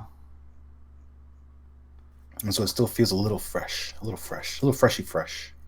Hello, fresh. Hello. Extra fresh. Oh, hello, John Malin. Hey guys, I'm gonna turn my mic up a little bit because I'm gonna talk a little softer. Okay. You don't want to wake the cats up? I have a in-law staying the night tonight, so my office is right underneath the main guest room, so I'm gonna try not to wake them up. Right on. Yeah, summertime, man. Family visit time, right? Well, yeah, well, a little more family business time, I guess. So, in-law stuff. In-laws. So, opening up our doors. I see. Yeah. So, what are we talking about, gentlemen? Crusades, Knights Templar, stuff that we do to fill the left side of our brain while the right side of our brain is busy drawing. Oh. Do drugs. That's not correct. Sketch says, "Hail, Coach Malin. Hail, Jerkmonger. Hail, Bitcoin Mike." What up, Sketch? What's up, man? What's up, home? Is that your new name, Bitcoin Mike? I'm okay with that. Okay. Guys, I actually did some of these black and white Cyberfrog cards, and they're looking pretty spiffy. Yeah. Yeah. Yeah. You know, I'm gonna have to. You know, I have to teach myself how to color all these still, but yeah, I got this Evangelion inspired one. Let's see. I wonder if I can show you guys this real quick. Did you see they just released that again on Netflix, Neon Genesis? Yeah, I just finished watching it. So, yeah, I hadn't seen it in a longer than I'd like to admit because it'd show my age. It came But out when in I the do 90s, man. What's that? It came out in the 90s. Yeah, I know. Yeah, I saw it young, and I just rewatched it again. I was a lot more uncomfortable with some of the material, but you know, I try to think of it at that time, that plays, and I don't know. It's just that the characters are so young. So, but when I saw it before, I wasn't so, you know, like kind of like about it. But I guess I'm getting older. So, are you talking about the kids staying with the lady? Well, I mean, yeah, I mean a lot of the kind of, you know, the kids, and there's a whole sexual level to the whole thing. So yeah. But you know, I mean, back in the day, it wasn't so in your face. Now it's totally in my face. I'm like, cringing a little bit. I cringe at Sailor Moon saying she's gonna punish people. I'm gonna punish you. No one watched Sailor Moon, Mike. I tried to watch it because this guy that runs a comic book shop here, he's like, dude, Sailor Moon sells everything, dude. Do some Sailor Moon prints. So I'm like, so I tried to watch a couple episodes, and it's just like, that's like her tagline. I'm gonna punish you. And I'm like, what? It's like this little girl in this skimpy little outfit telling grown men she's gonna punish them. Yeah, how old is she supposed to be? I think she's like a high school girl. Oh yeah. Yeah. Yeah. Yeah. In Evangelion, they're kind of like 14, so that makes it a little bit more difficult for me to watch it. But it's a very interesting show. I'm not gonna poo-poo it, and if people get a chance, it's interesting enough to watch. But man, those last 2 episodes, I mean, this is like layer and layer of, I don't know if it's teen angst or what, but they just go off in the deep end by the last 2 episodes, and I was just like, man, I'm about to fast forward all this stuff because it's all psychological. You know, which probably, you know, was more interesting, I guess, when I was younger. But now I'm just like, I just want to fast forward this stuff. Yeah. But hold on, let me see if I can get this camera turned on. I will give you guys a peek at my Evangelion inspired Cyberfrog. Right on. Let's see. Do it. Razdoc says, this dude is loud. Oh, I'm mic'd up. Let me mic back down. Felix says, Sailor Moon is 14 and I hate the character and I hate the show. Sorry if you like it. Yeah, nobody... Wait. Elliot, do you like Sailor Moon? No. Okay, yeah, nobody here likes it, man. Yeah, I don't hate it. I just never really watched it. I watched it enough to know that there are Sailor Scouts, there's several of them, and there's a tuxedo mask. That's about all I know about the show. Dude, the animation is so bad. That's why I don't care for it. Yeah. I execute a lot of stuff in anime, but that stuff's hard. Here's my Evangelion. That's why I don't like Dragon Ball. Inspired Cyber Frog. Oh, nice.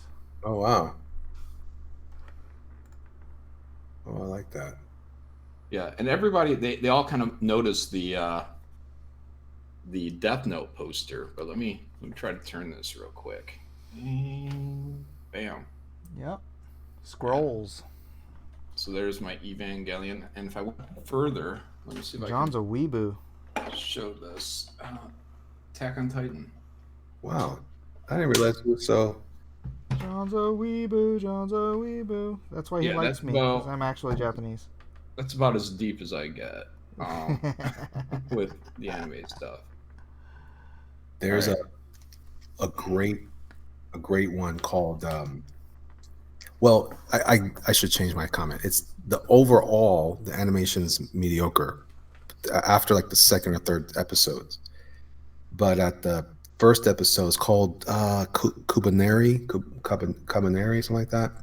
It's about this this world that's been overrun with zombies, and Cabaneri, I think is what it is. And there's these train station cities where the only way you can get to the next city is through a train, and each city has a big giant train station, and they have to keep blocking all the monsters from getting in.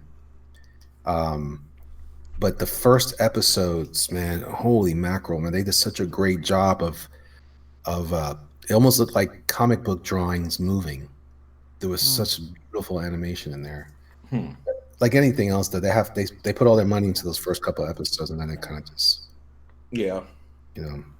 that's when I kind of lose interest. Like, I want to see more of that cool stuff. Oh, and when I said earlier in the chat, I don't remember who was laughing about it, but when I said Michael Bay directed Seven Samurai, I wasn't serious. Because they're like, no one called John out for that. Like, I don't think anyone thought I was serious about that. But, no. Well, we did. We're like, really? No, I have an appreciation for Michael Bay. Mike likes to play it up that the only movies I've ever enjoyed were Michael Bay. if they don't explode, then I'm not into them. Enjoy the shtick, John. Enjoy it. Yeah, it's not true. I like a lot of film. But, yeah. What about Gladiator? Michael Bay, I love Michael Bay's kinetic, directing style. Everything's moving. That's what I definitely wish he would slow it down at some points, but what he does. You have to give your eye and your mind time to rest. I agree. Yeah, I do agree with that too. Overall though, like he does weird things. Like he isn't he doing the next Bad Boys movie also? Oh, I hated the Bad Boys movies. Yeah, but that was a big deal back in. It was a big deal, and I hated him. I've never liked his directing style. I like when he does the slow pan upshot. That's really what I'm drawing all the time when I do that upshot. I like that Michael Bay. Oh, and the camera's doing the twirl or what? Yeah, when you're kind of up at their heroicness. Yeah, let me be fair here. It's not that he doesn't do a lot of cool and interesting stuff. But just like John's agreeing here, it's just nonstop. And it's like, give me Like in freaking Fury Road, right? Fury Road's a masterpiece, and it's kind of the same thing. It's just da da da da da da da da beat beat beat beat. This is happening, and then it's like a roller coaster because you're just going through all this stuff, and then you have like 5 minutes to breathe, right? Mm-hmm. And then you go through this another build up where you're building up and you're building up and you're building it. But with Bay, it's like you're on crack the whole time. Yeah. It's like, Well, on, unless man. you're showing Megan Fox, and it slows down quite a bit. Maybe if Michael Bay and George Miller like work together on something, you know. It's it's the same thing with me and my complaint about Quentin Tarantino. I think Quentin Tarantino is a great scripter, a dialoguist. But I just think his storytelling falls apart. And I think if he's working with someone else, I think he's better as part of a team. Like I think what do you call it? True Romance, probably my second favorite Tarantino film. Well, that's scripting though, right? Yeah, and it was directed by I can't remember who directed it. Is it Tony Scott? Yeah, Am I I don't wrong know. here? It's still on the list of movies I haven't seen yet. Oh, really? Mm-hmm. Oh, True Romance is great, man. Yep, that's what everyone tells me. If I get an opportunity, I'll see it. But I haven't had the opportunity. It's not on Netflix or HBO now. So Yeah, that's my limitation. But even now, I don't have the kind of time to sit down and watch that. If I could, I'm still trying to watch the Seven Samurai stuff. Last Crusader says Quentin Tarantino rips off Chinese movies. Well, that's what I'm saying. My first favorite Tarantino movie is Reservoir Dogs because he straight up ripped off the story from City on Fire. He's like practically scene for scene, which then he adds his awesome dialogue to it, and it just it sings. It holds up all together as a good film. But I really think the rest of his movie, and I do like Inglourious Basterds, but I think that's more of a cathartic enjoyment rather than movie pacing or anything like that. I just like watching Nazis get killed. What about well, that doesn't make sense, Mike, since you are one. Oh, darn it! Oh, there's that.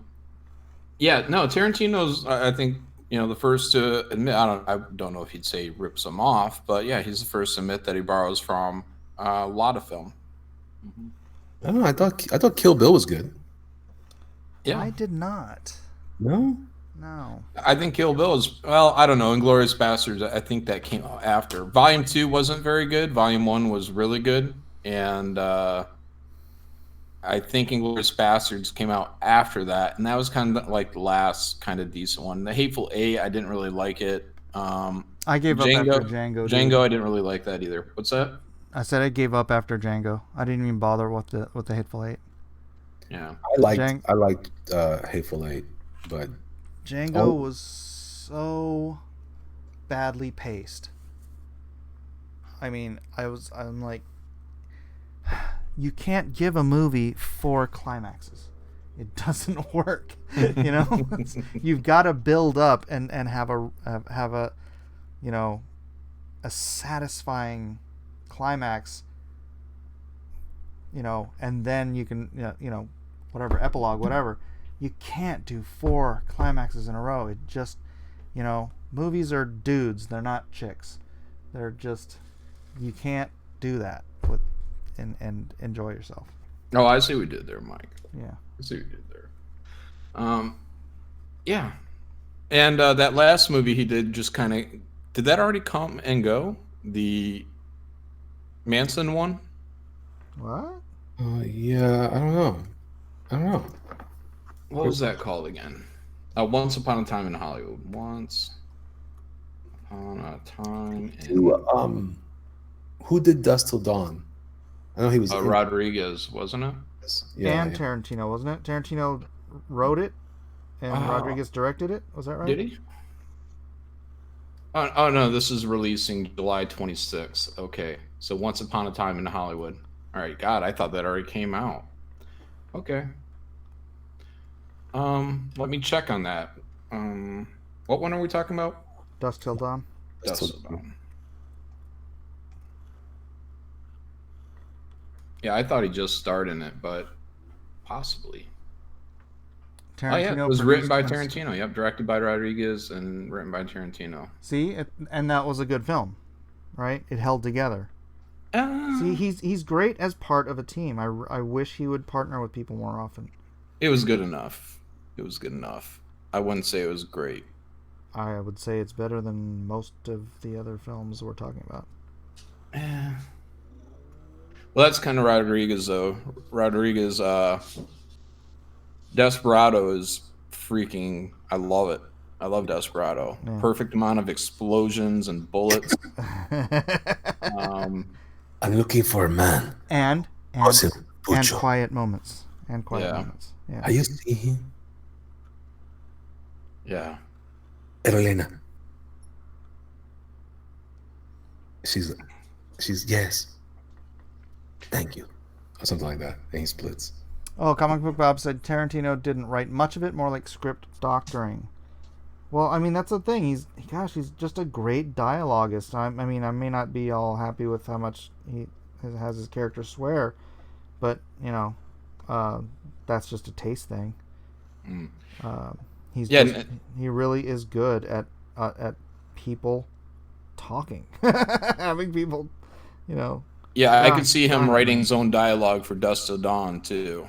The when he's in there telling the stories, that seemed to be very Tarantino. But yeah, I don't know if he actually wrote it or if that was just Rodriguez doing a real strong Tarantino. Right.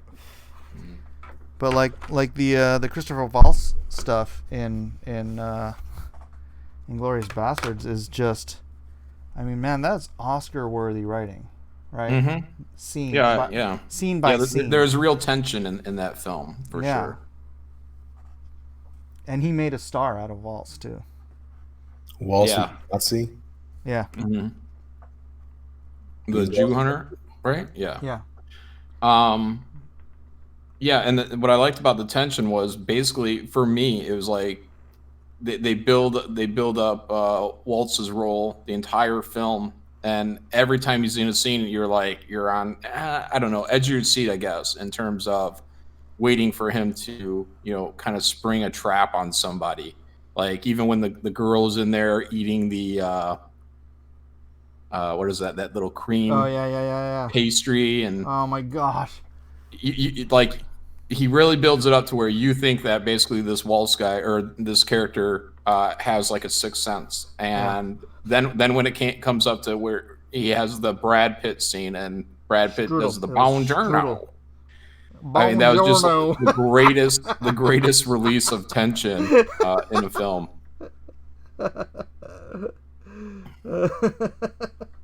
Yeah, I still haven't seen that movie. Really? Oh my gosh, you have to. It is. You have to see it just for what I just described. Yeah. Buongiorno. Yeah, because the whole movie, everybody's on pins and needles trying to trick or not let this Jew hunter know that they're a Jew or a rebel or American. Whatnot. Yeah, American. They're all trying to hide their identity. It's all about hiding identities through this whole thing. Fassbender was in it, right? And they had that bar. I don't want to give it away now that I know Elliot hasn't seen this film, but the entire film is about like trying to outsmart the other people and not let them know that you're a spy or you're not who you say you are. And they set up right in the beginning scene, which is beautifully shot. The entire the guy, I think he was chopping some wood, getting washes off his face, and they build that whole entire 20 minutes for one scene. Probably more than that. It goes on and on, but by the end of it, you're sold on who this character is. That scene was hilarious because he wasn't chopping wood; he was chopping a stump. It was like I'm like, why is he just hacking at that stump? He's not doing it. He just kept sticking the axe and stuff. It would have been better if he was actually chopping wood. Maybe he was chopping the stump out so he could get the stump out of his ground.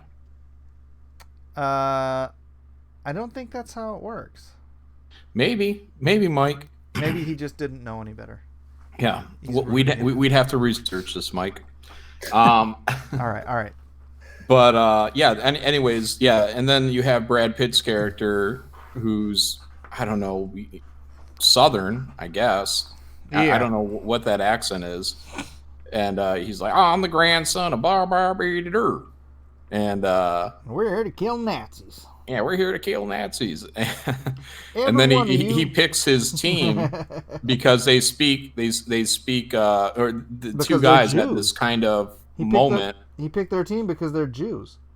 Well, no, I was getting to the point of the bone journal. Oh. Right. He's like, you guys are coming with me because you speak the best. What is it? The best Italian. The most Italian. Yeah, like you guys speak the best Italian. You're coming with me. And it's two Italian guys or Italian Jews or whatever the case was. And yeah, man, it's whatever. When he says buongiorno, it's over. I mean, that movie right there, it gets a stamp. It's still not one of my more favorite ones, but I think it might even have a little bit more to do with like the history revisionist kind of type stuff about it. If they had just kept it more on the smaller scale and kept it it's just like a wartime movie, I think it probably would have been a little bit better. But this whatever Hitler, let's just say it's not historically accurate. Yeah, it's not historically accurate. What? Yeah. Well, it's, I mean, to a large degree. Yeah. So Mortal V says John identified with the mispronunciations. I love that you mispronunciate. Mm-hmm. Yeah.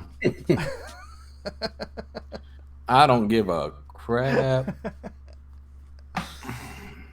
Look, as far as I'm concerned, you guys mispronunciate everything. Buongiorno to you too. Yeah. Yeah, it's good, man. I just watched it a couple months ago, I think. Yeah. I mean, rewatched it. But yeah. I mean, that's another. I mean, just another example, man. Freaking, he can write great scenes. Just. Mm-hmm. Yeah, and it'd probably be important to find out who his cinematographer is, who's he's using, because there are so many really nice shots.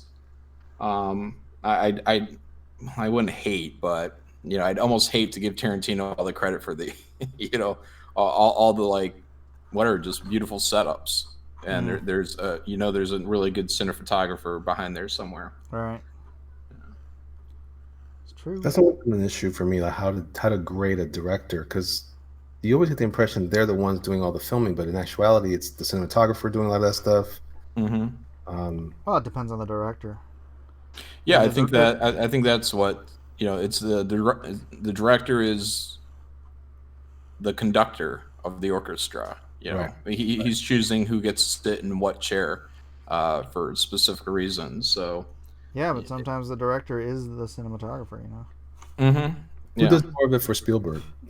Well, that's what I'm saying, dude. Spielberg's movies all have that same feel, and it's got to be because he's got his fingers in all the pies. I mean, he probably has a cinematographer hanging around set somewhere, but yeah, Spielberg, like one of these, he talks about that film 1943 or something like 1941. 41, yeah. And how it was still early in his career, and he was just doing everything, and it also ended up being his first bomb or flop. And how the lesson learned was he needed to learn how to delegate more to other people. And I don't know, yeah, but also having that micromanage personality that's really. Because at some point you get lazy, at some point you get too comfortable relying on, a certain cinematographer. And maybe that cinematographer gets too comfortable. So, and that might be a bit like why some films just kind of taper off, because you're starting to look at it more as like a 9 to 5 job. Now we got to get this shot, we got to move here, and you get a little bit more Michael Bay. Maybe that's why I think Spielberg kind of dipped off. Because E.T. is fantastic. What are Raiders? He's got so many hits back in the 80s. And what are the 90s is like, Other than, Jurassic Park. But Jurassic Park probably could have been anybody. I mean, it was a lot more about the dinosaurs. Yeah, but there's still a quality, I think, to that film that feels like a Spielberg film. Yeah. Yeah, and then that one with what's the one with the monster in the train? 8mm or something? Monster in the Train. Isn't that Abrams? J.J. Abrams? Yeah, 8mm, whatever. But it's Spielberg too. Well, I think just Spielberg inspired like Stranger Things. Yeah, it was all Abrams in that one. Did Spielberg produce it? I could have sworn he had something to do with He it. could have. Let me Super 8, right? I think he produced it, but I'll look it up. that just means he went and got the same filters for the camera.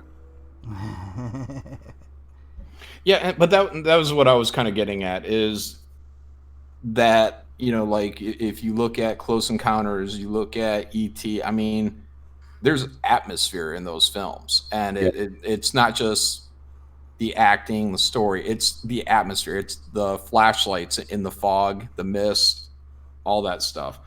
Yeah, and I think that's what Abrams was doing in Super 8, and that's what I'm saying. Like, it's you can copy a director's style, like Brian De Palma copies Hitchcock, like freaking to a T. Think so? Yeah.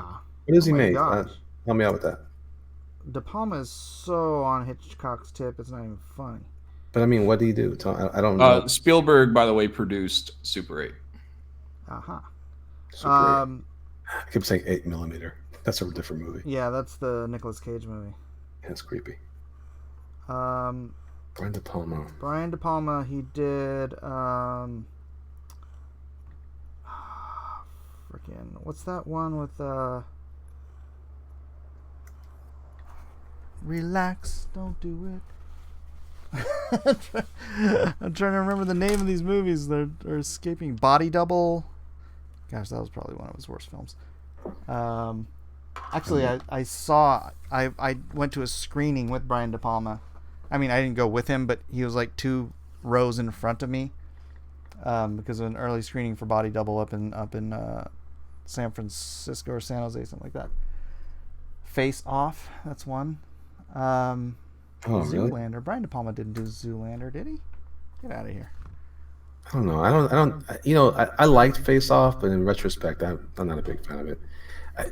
I'm not a big fan of Travolta, but that's part of the problem. Wait, didn't we already settle that Face Off was a what is it? Masterpiece? No, the guy from the Asian cinema dude. John Woo? John Woo, yeah. Didn't we already settle that that's the John Woo film? I think so. Yeah. I'm my favorite. Let's see. De Palma did Carrie? Really? Yeah. Who did maybe he's listed as no, it says filmography. Okay, 43 credits. Closing. Who did what's his name? The Shining. Oh, that's Kubrick. Yeah, I like that. Yeah. Mm-hmm. Yeah, and I say about Kubrick is, like he picks these, like every shot, especially in The Shining, every shot is a photo. He was a photographer, so he's all about composition, balance. There's a really quick, I don't know, it's like a 1 minute, 2 minute clip on Kubrick on YouTube. You could just type in Stanley Kubrick perspective, and it sets everything up into like a 1-point perspective grid. It's pretty interesting. Yeah. But it shows a lot of, like the power of, just these straight on symmetrical, for the most part, symmetrical shots and what he was doing. But what I say about Kubrick is, yeah, every shot was beautiful, but like the subject matter is really, I mean, other than like The Shining, it's not it's not commercial. It's not, Spielberg was doing it right. Yeah. Spielberg did, with Raiders and again, all his early films, he was doing it right.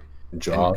Kubrick was just giving you really pretty pictures of non-commercial, more or less, material.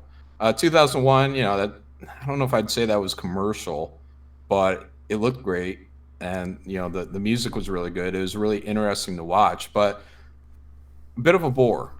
So, Did you watch? I don't know who directed it. Did you watch Valerian at all? I don't think so. I know it's got that weird-looking girl from Suicide Squad in it, right? The witch, whatever Yes, she was. that is correct. The chick with the eyebrows. Hey, What do you John. think of it? What do you think? Look at the screen. Oh, well, give me the 15-second delay. Oh, okay. Yeah, Jawbreakers. Yeah, that looks cool. What are you doing that for? It was from the Jawbreakers drawing cord. I just finished it. Oh. Wait, who's the chick? That's Silkworm's daughter. Somebody said Luc Besson.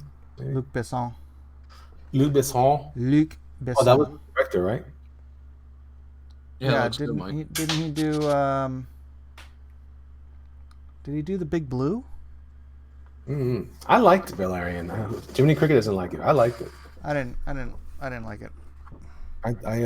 It took a while to get into it though, and it's another one of those ones I was telling you. It's like first I was like, this is trash, and the more I watched it, the more like I guess if I started to understand the language, that it does feel, because it really does feel like a Moebius story. Which Now, that guy did Fifth Element too, right? The guy that did Valerian, wasn't that his kind of big comeback to sci-fi? Yeah, I think so.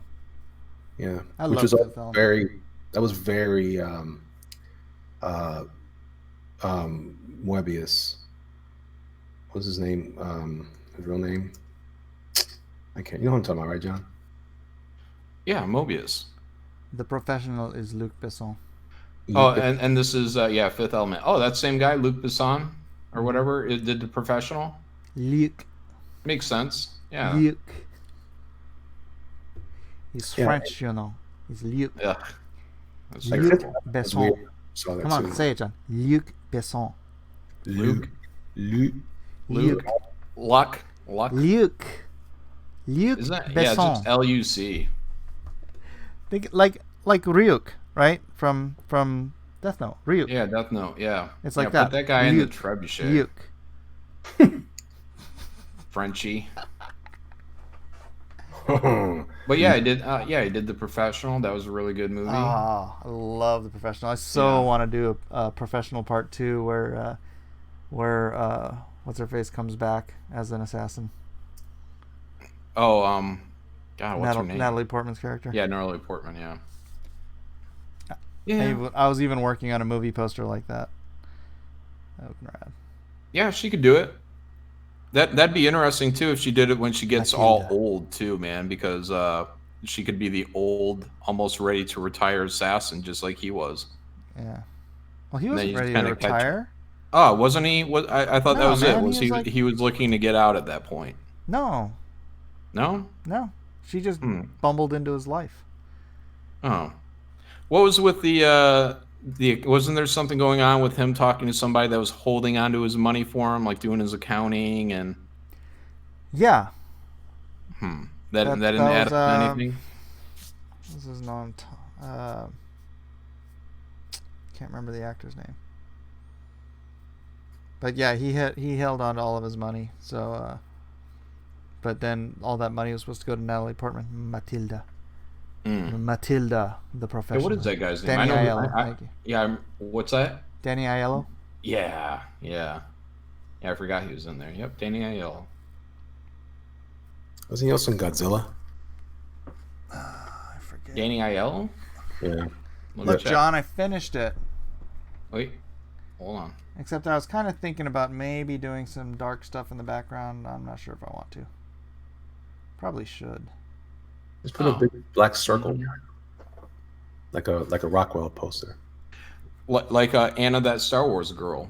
That's her go-to, is a big circle in the background. Yeah, it's a great graphic device for framing things. Yeah, no, it looks good. I know why you don't want to do it, because there's nothing else to it but a black circle or black shape. But yeah, it's a nice graphic. Actually, what might be good is doing the white circle and then do black around that. No, because it could be a moon at that point. I know, that's kind of my thing.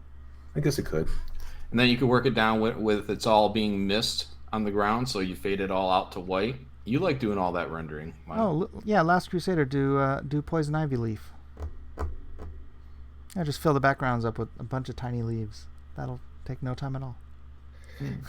You were just talking about giving your eyes a chance to breathe. Kentron, hold on, I just lost it for a second. Oh, Kentron Yad says, how about a huge log? That's a knock on me for my huge log. Yeah. Or, interesting you bring that up. Maybe it's a tree behind it, or. Well, that's a log. That's just a log, Elliot. Like a weeping willow. Yeah. When you do that kind of stuff, I like it, but I think you could really benefit from having that a contrast of the detail in the foreground and then the cool big shapes in the background. Yeah. But who am I? Nobody. Just who are you? I have 13 cards done, and about maybe 3 of them are not necessarily keepers. Well, whoever gets them will keep them. How's everybody else doing? Mike, you're done with your cards, right? Yeah, I'm done. Eden hasn't started hers yet. Yeah, but I don't want an eyesore going on the internet, being like, this is John's. So yeah, I'm probably gonna chuck out 3 of these so far. I'll probably end up doing around 30 just to get my 25. But I want them to look really good. Like I think the Evangelion one turned out pretty good. Yeah, I haven't received the card yet. Really? Vailnid posted a screen cap of me ripping my toenail off. Oh, gross. Gross. Did you do that or something? Yeah. Yeah, it was horrifying. All right, do a screen share. Do a screen share, Mike, so I can see it. We already saw this. Let me see. Oh, wait till you see it. That's even terrible. Oh, wait, no. Mortal V said Kyung. Oh no, he's talking to Kyung. I thought he was saying Kyung. Oh, John showed up his anime posters for a bit earlier. Yeah. Yeah. I got Death Note, Evangelion, Attack on Titan, but I also really like Ninja Scroll. Oh yeah. Mike, why are you sharing the Google Hangout? Are you trying to get your channel struck down? No, there's nothing on it. No, the link is on it. That's how Antonio Bryce got that guy who jumped in and bumped everybody. And then put in adult content and got his channel struck. By showing that link. Yeah, whatever. I'm going to wrap this up pretty soon anyways.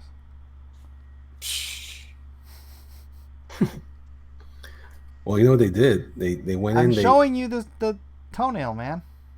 Oh. Barely see it.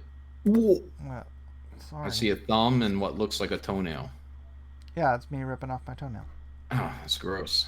Mike, are you planning up for your foot crowd here? No, it's just I bumped my foot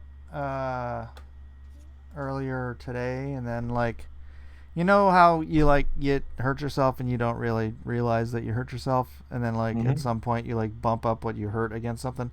Well, I was here and my toenail caught the carpet. And I'm like, what the heck? And so I was like, oh yeah, I forgot I stubbed my toe, and then and he said, let me show you. I went, Show you. Elliot was not pleased.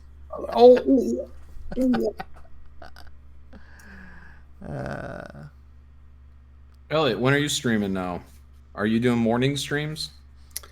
I don't know, man. Now that I have the option to stream again, it kind of throw me off. I'm just getting into a rhythm of. I set up a template for pre-recorded streams, and I want to keep doing that because that's the best way to do. So I'm thinking I'm gonna, after I drop off my daughter at school, I'm gonna come back and do live streaming here, but I want to do it through OBS so I can show some advertising and stuff like that. Well, everyone's gonna have to go to OBS, right, because of the Hangout disappearance. Something like that. Yeah. Yeah. Yeah, I guess Yeah, I'm gonna have to figure it out. that's gonna be hard Here because pretty not soon. everybody. The OBS doesn't. Well, for my Mac, it doesn't give me an option. I have to look into it, but there's some things I got to do to get it to work, so I can include other people. Unless I start using Skype. Yeah. I think we're gonna have to switch to Skype and OBS. The Skype on my system historically is not very good, so I'm a little nervous about that. You think they're trying to. You think that there's a concern about people like us trying to get together? That's why. Get together. Oh, you mean like people that might be leaning conservative, Right? type stuff, or just even moderate. So I consider myself a moderate. So yeah. That the thought has crossed my mind that might be part of the intent with the elections coming up. Is that all this has been about a slow purge? Yep. Did you watch the Project Veritas video? I heard something about it where they're. Now these are the guys I think during the election, right? They would sneak in with cameras. They'd sit down and have conversations and just wait for somebody to kind of blurt out something dumb, right? Yep. Yeah, and then they did that with she a Google exec. Yep, Google. They had an interview with someone from Google who didn't want to be named. They had an interview with somebody from YouTube, I think, and Pinterest, and they're all like, it's all corroborating.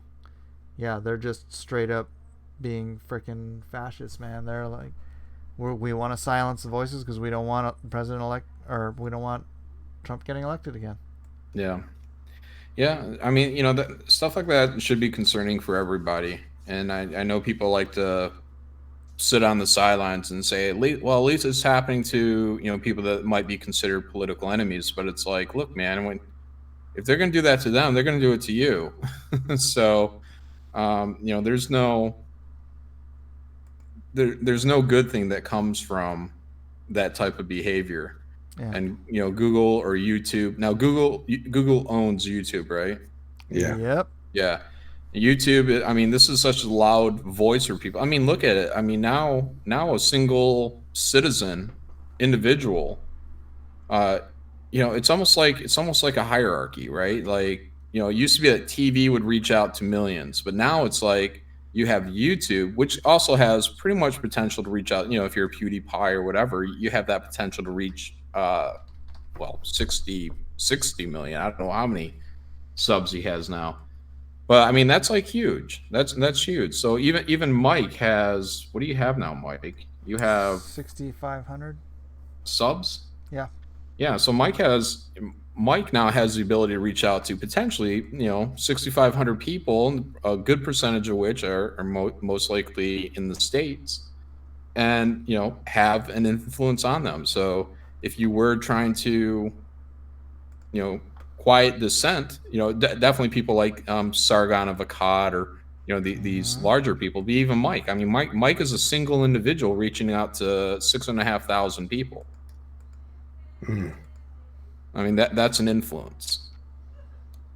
So yeah, I mean, Mike is for the most part preaching to the choir, in that a lot of the people that his channel kind of cultivates are Christian, and I'm sure conservative, but look, I'm sure there's a lot of middle of the road guys too that are moderates or maybe even liberals that have some overlap and agreement. And definitely when you're thinking about censorship and who's what side of the aisle is kind of like, well, whatever, turning a blind eye to it, that might force more people over to the right. So yeah, I mean, it's these are things, and I think about that too. When I think about conspiracy theories and all that, I think about like think tanks. I'm like, there's think tanks out there, and these guys are working 40 plus hours every week. Every time we're out here goofing off, there's somebody very smart, way smarter than I am, sitting in a room trying to figure out ways of manipulating society. Yeah. And I find that concerning. So even though it seems easy to kind of shrug off a conspiracy idea, I'm like, well, that's what these guys try to figure out all day long while we're working our 9 to 5, drawing comics or building bridges or working in factories. there's people that get paid just to sit and think about how to manipulate you. Yep. A lot of people too. It's true. It's true. Liam for $5 says, imagine the last election without Antifa footage or footage of the lefties carrying on. Out of sight, out of mind. Evil hides. It doesn't want daylight. John Burnenstone says, hey, Mike, before you wrap up, can I shamelessly plug my humble Indiegogo campaign? You can do that in the chat all you want, brother, but it's Doom Kicker night. Woo! So I'm going to shift this real quick before I do wrap it up, transitioning to all Doom Kicker. Well, a little bit of Soul of the Soldier, but all Doom Kicker and a little bit of Soul of the Soldier. So Doom Kicker, a 96-page... 96 pages. That's huge, man. I know. I want to slap his bald head. Supernatural tale of suspense coming at you fast from Elliot Fernandez and Doug Tenapel. Whatever. Elliot, you're currently sitting at $34,525. How do you feel? What are you going to do next? I'm going to Disney World. No, not at all. No, you're in your last day of the campaign. Yeah. I'm going to be drinking some coffee later and throwing out some advertisements and do some live streaming. You got to be humping and pumping, man. This is 24 hours. You can't sleep. I know. Yeah, well, you can sleep, but the tail end of this, you cannot sleep. So, yeah, like your last 10, 12 hours should be streaming all day, all the time. I'll come on, whatever. I'm sure Mike will come on. We'll all come on. Yeah, or you come on here. Get on anybody's channel you can as well. Spread it out. I got in the last 2 days. I got on that Star Wars girl, and I got on Geeks and Gamers, and I was on your channel for a minute when you finally live streamed, and then I just pressed the final hours on my own channel. So yeah, now would probably not be the right time to approach that Star Wars girl. So has there been any update on that?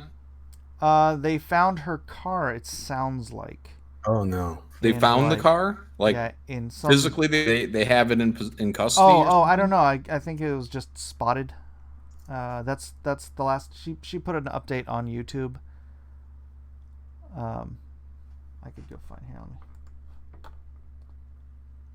For those that don't know, if you live in the California area, that Star Wars girl has a younger sister that is 22, which now makes me think that Anna is probably not 23.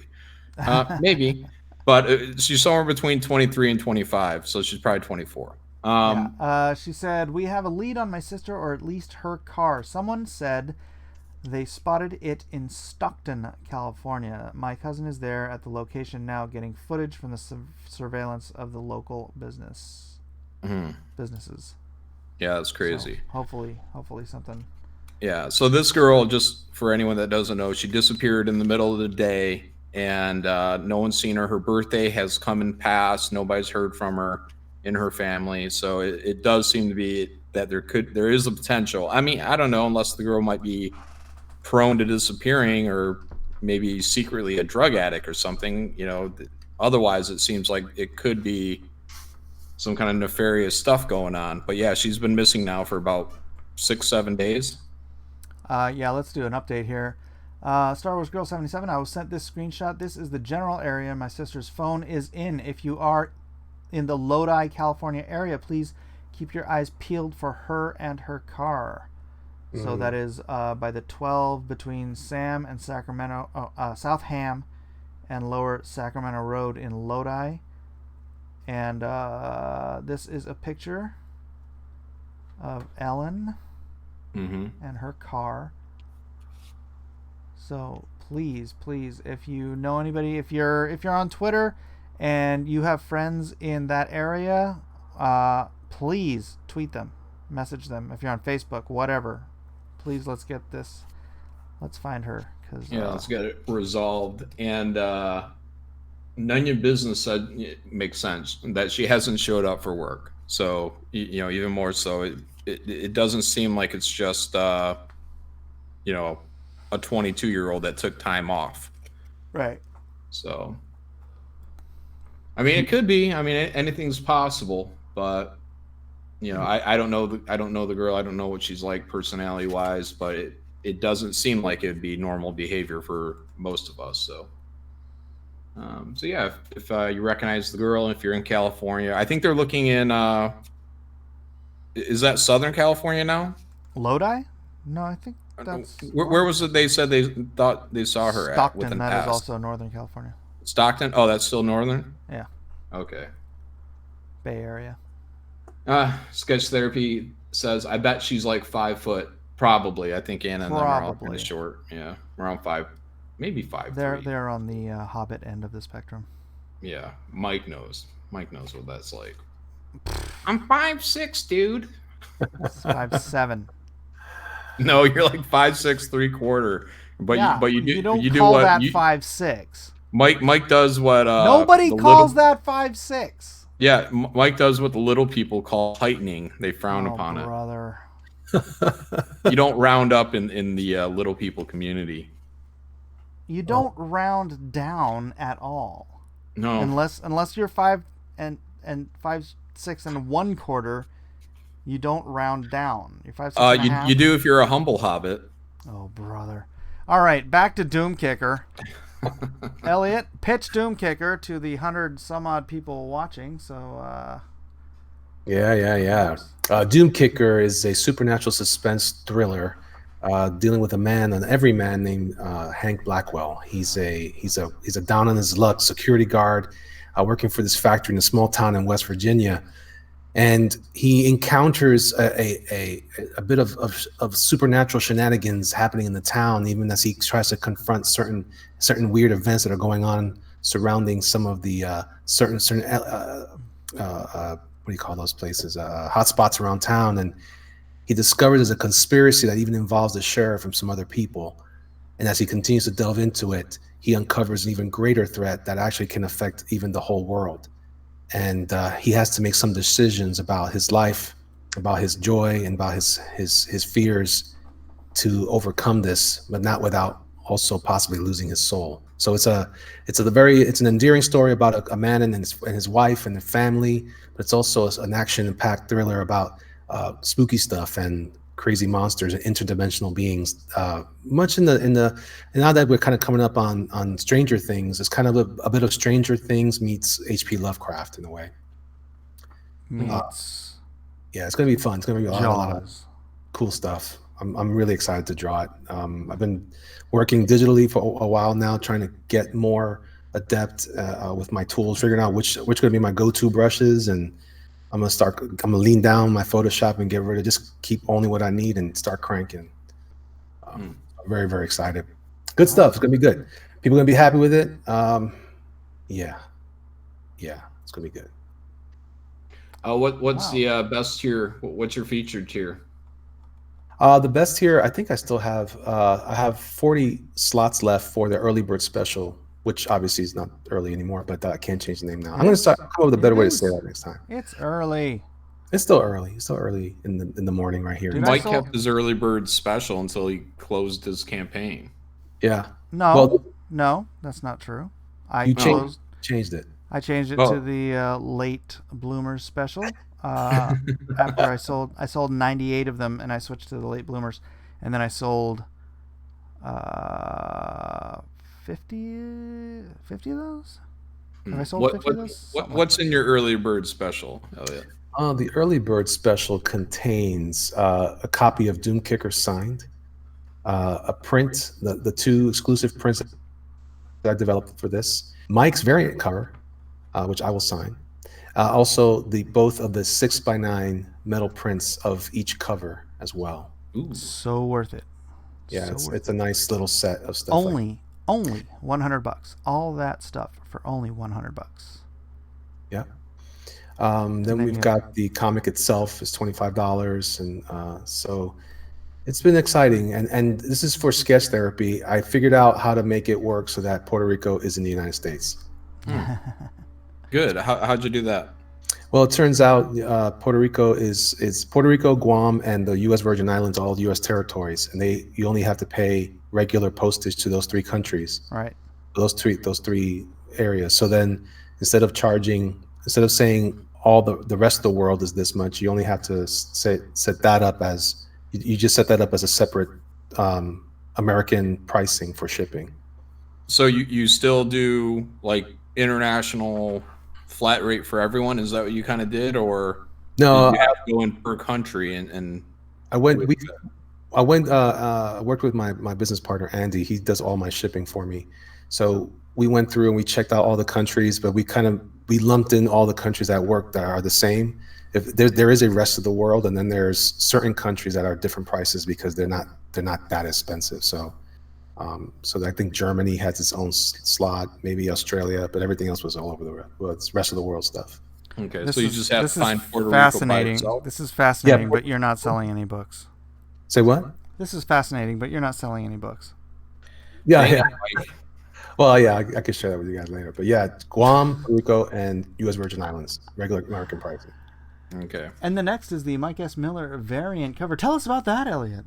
Oh yes, the variant cover. Well, that's well. First of all, it's exquisite Mike S. Miller art, with a little bit of love to all you people who like the feets, the foot fetishes. In there. There's a foot, toes and all. I tell you what, this was really cool about this was to see somebody else draw the characters I've been drawing at this level, and I thought it was pretty cool. And it was an interesting contrast because the style I'm using for this is a lot more open and more of like an animation style. And then Mike poured into it this incredible detail, even on Dumas, the villain in the background, is really kick butt. In other words to say that I left it out just in case. And then you can get the signed DK comic and prints. Tell us again, what is that all about? So I did do 2 different pieces of artwork. One is a black and red, which is, so you guys know, my first campaign was a black and red. I do that mostly for commissions and stuff like that. So it's a little bit of like a movie poster look with the red circle that we talked about, just to kind of unify and bring some red into it. I try not to make it bloody because that's not really what it is.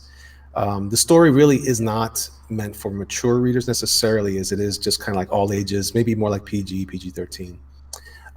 Then the other artwork, if you were to scroll up, is right after a few of those panels there. There's one of scroll down. Sorry, scroll down. Yeah. Up. Comic Book Bob says we got to get a gamer. We got to get some gamers together, get a CG gaming stream going. I want to see Ethan, Mike, and John going at each other. I think if we did that, though, Comic Book Bob, we would get no work done. Yeah.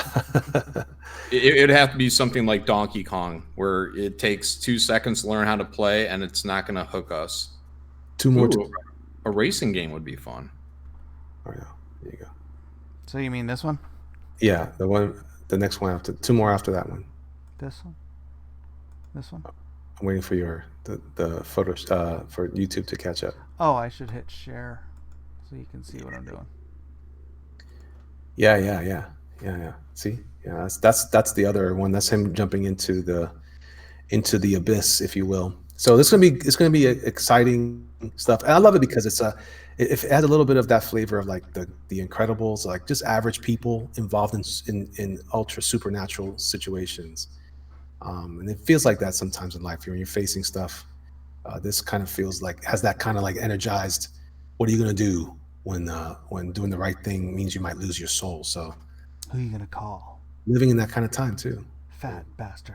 We're all wondering what to do. What's it gonna take, brother? What's it gonna take? But yeah, so this is we're rocking and rolling here. We have some other tiers left. I put back some of the $500 tier for a page of art. I only have a total of 10 slots. I'm only showing 8 because 2 were sold the first time. Back up with just 8. So I only have 8 original pages. Everything else is going to be digital in order for me to accomplish my goal of getting. So those would be very, very rare. If anyone's interested. Yeah, because most of this book is going to be digital, right? Yeah, everything but 10 pages. Wow. Liam says, can you ask Elliot who designed the shape of the villain's mask? I did. I designed all of that. Yeah, I think you designed all that on stream too. Yeah.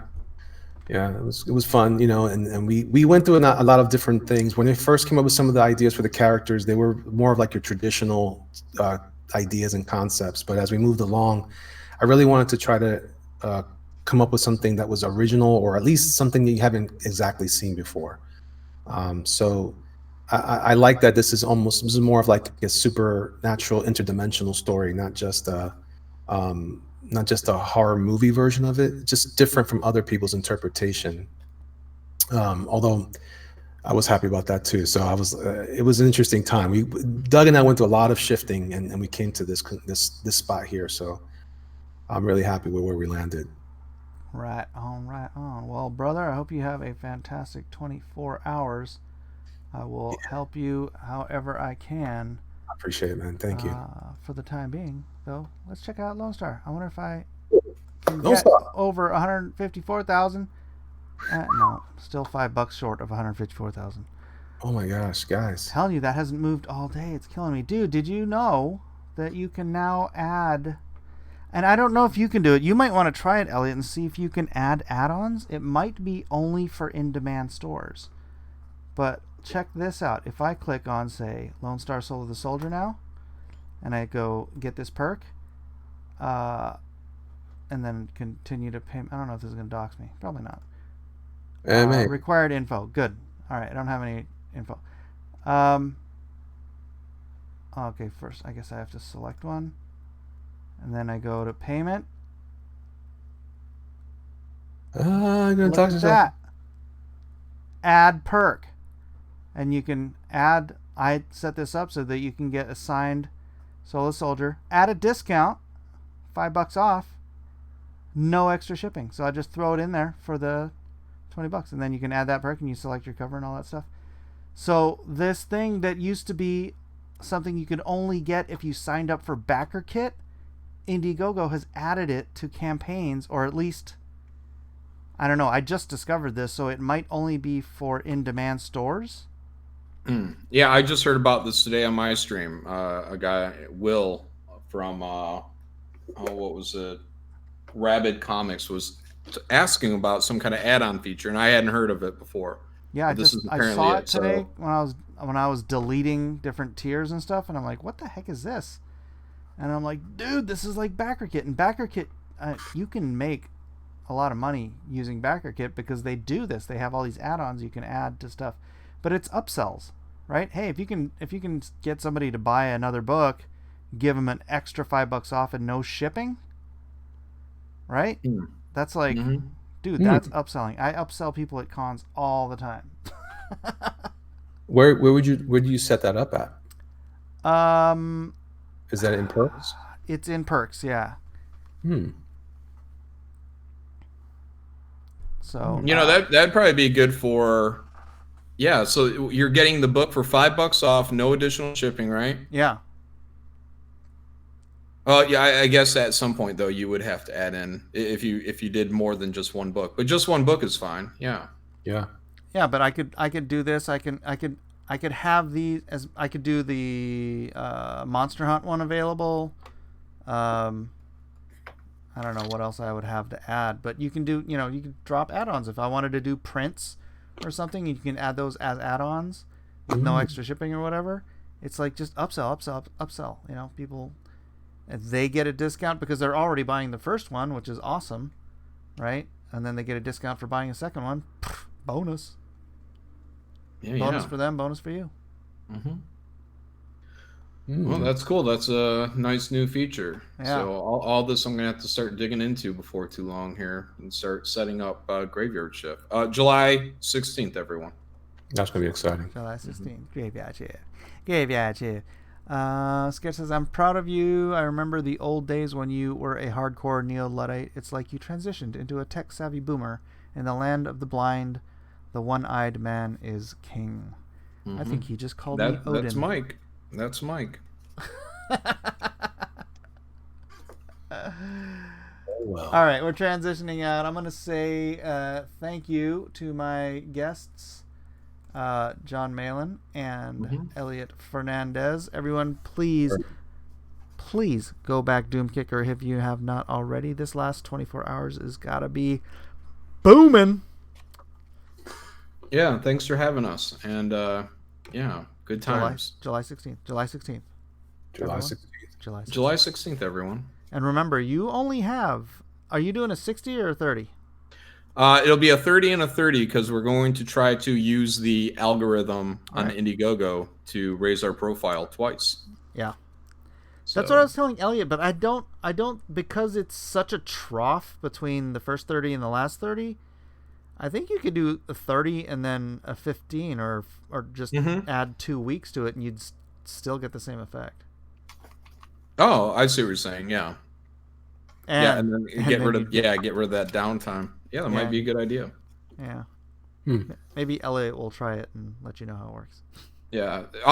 But like Doug did 60 days. And I just feel like that has been a countdown that will never end. I don't know how many days are left on there, probably around 15 or something like that. Which is fine as long as you have, the platform and but I just think that at some point I don't know, it just seems like it's gone on for a long time. You don't get that high point in the middle. You know what I mean? Yeah. That excitement of that first 30 days. So, but yeah, doing 30 and 15, that's something to consider for sure. Yeah. Yeah, I gotta think about that. Mm-hmm. All right, guys, thanks for being here. Thanks to everyone in the chat. Y'all have a great night. And as we like to say here on Aloha Tonight, aloha. Aloha. And Donut Earth is real.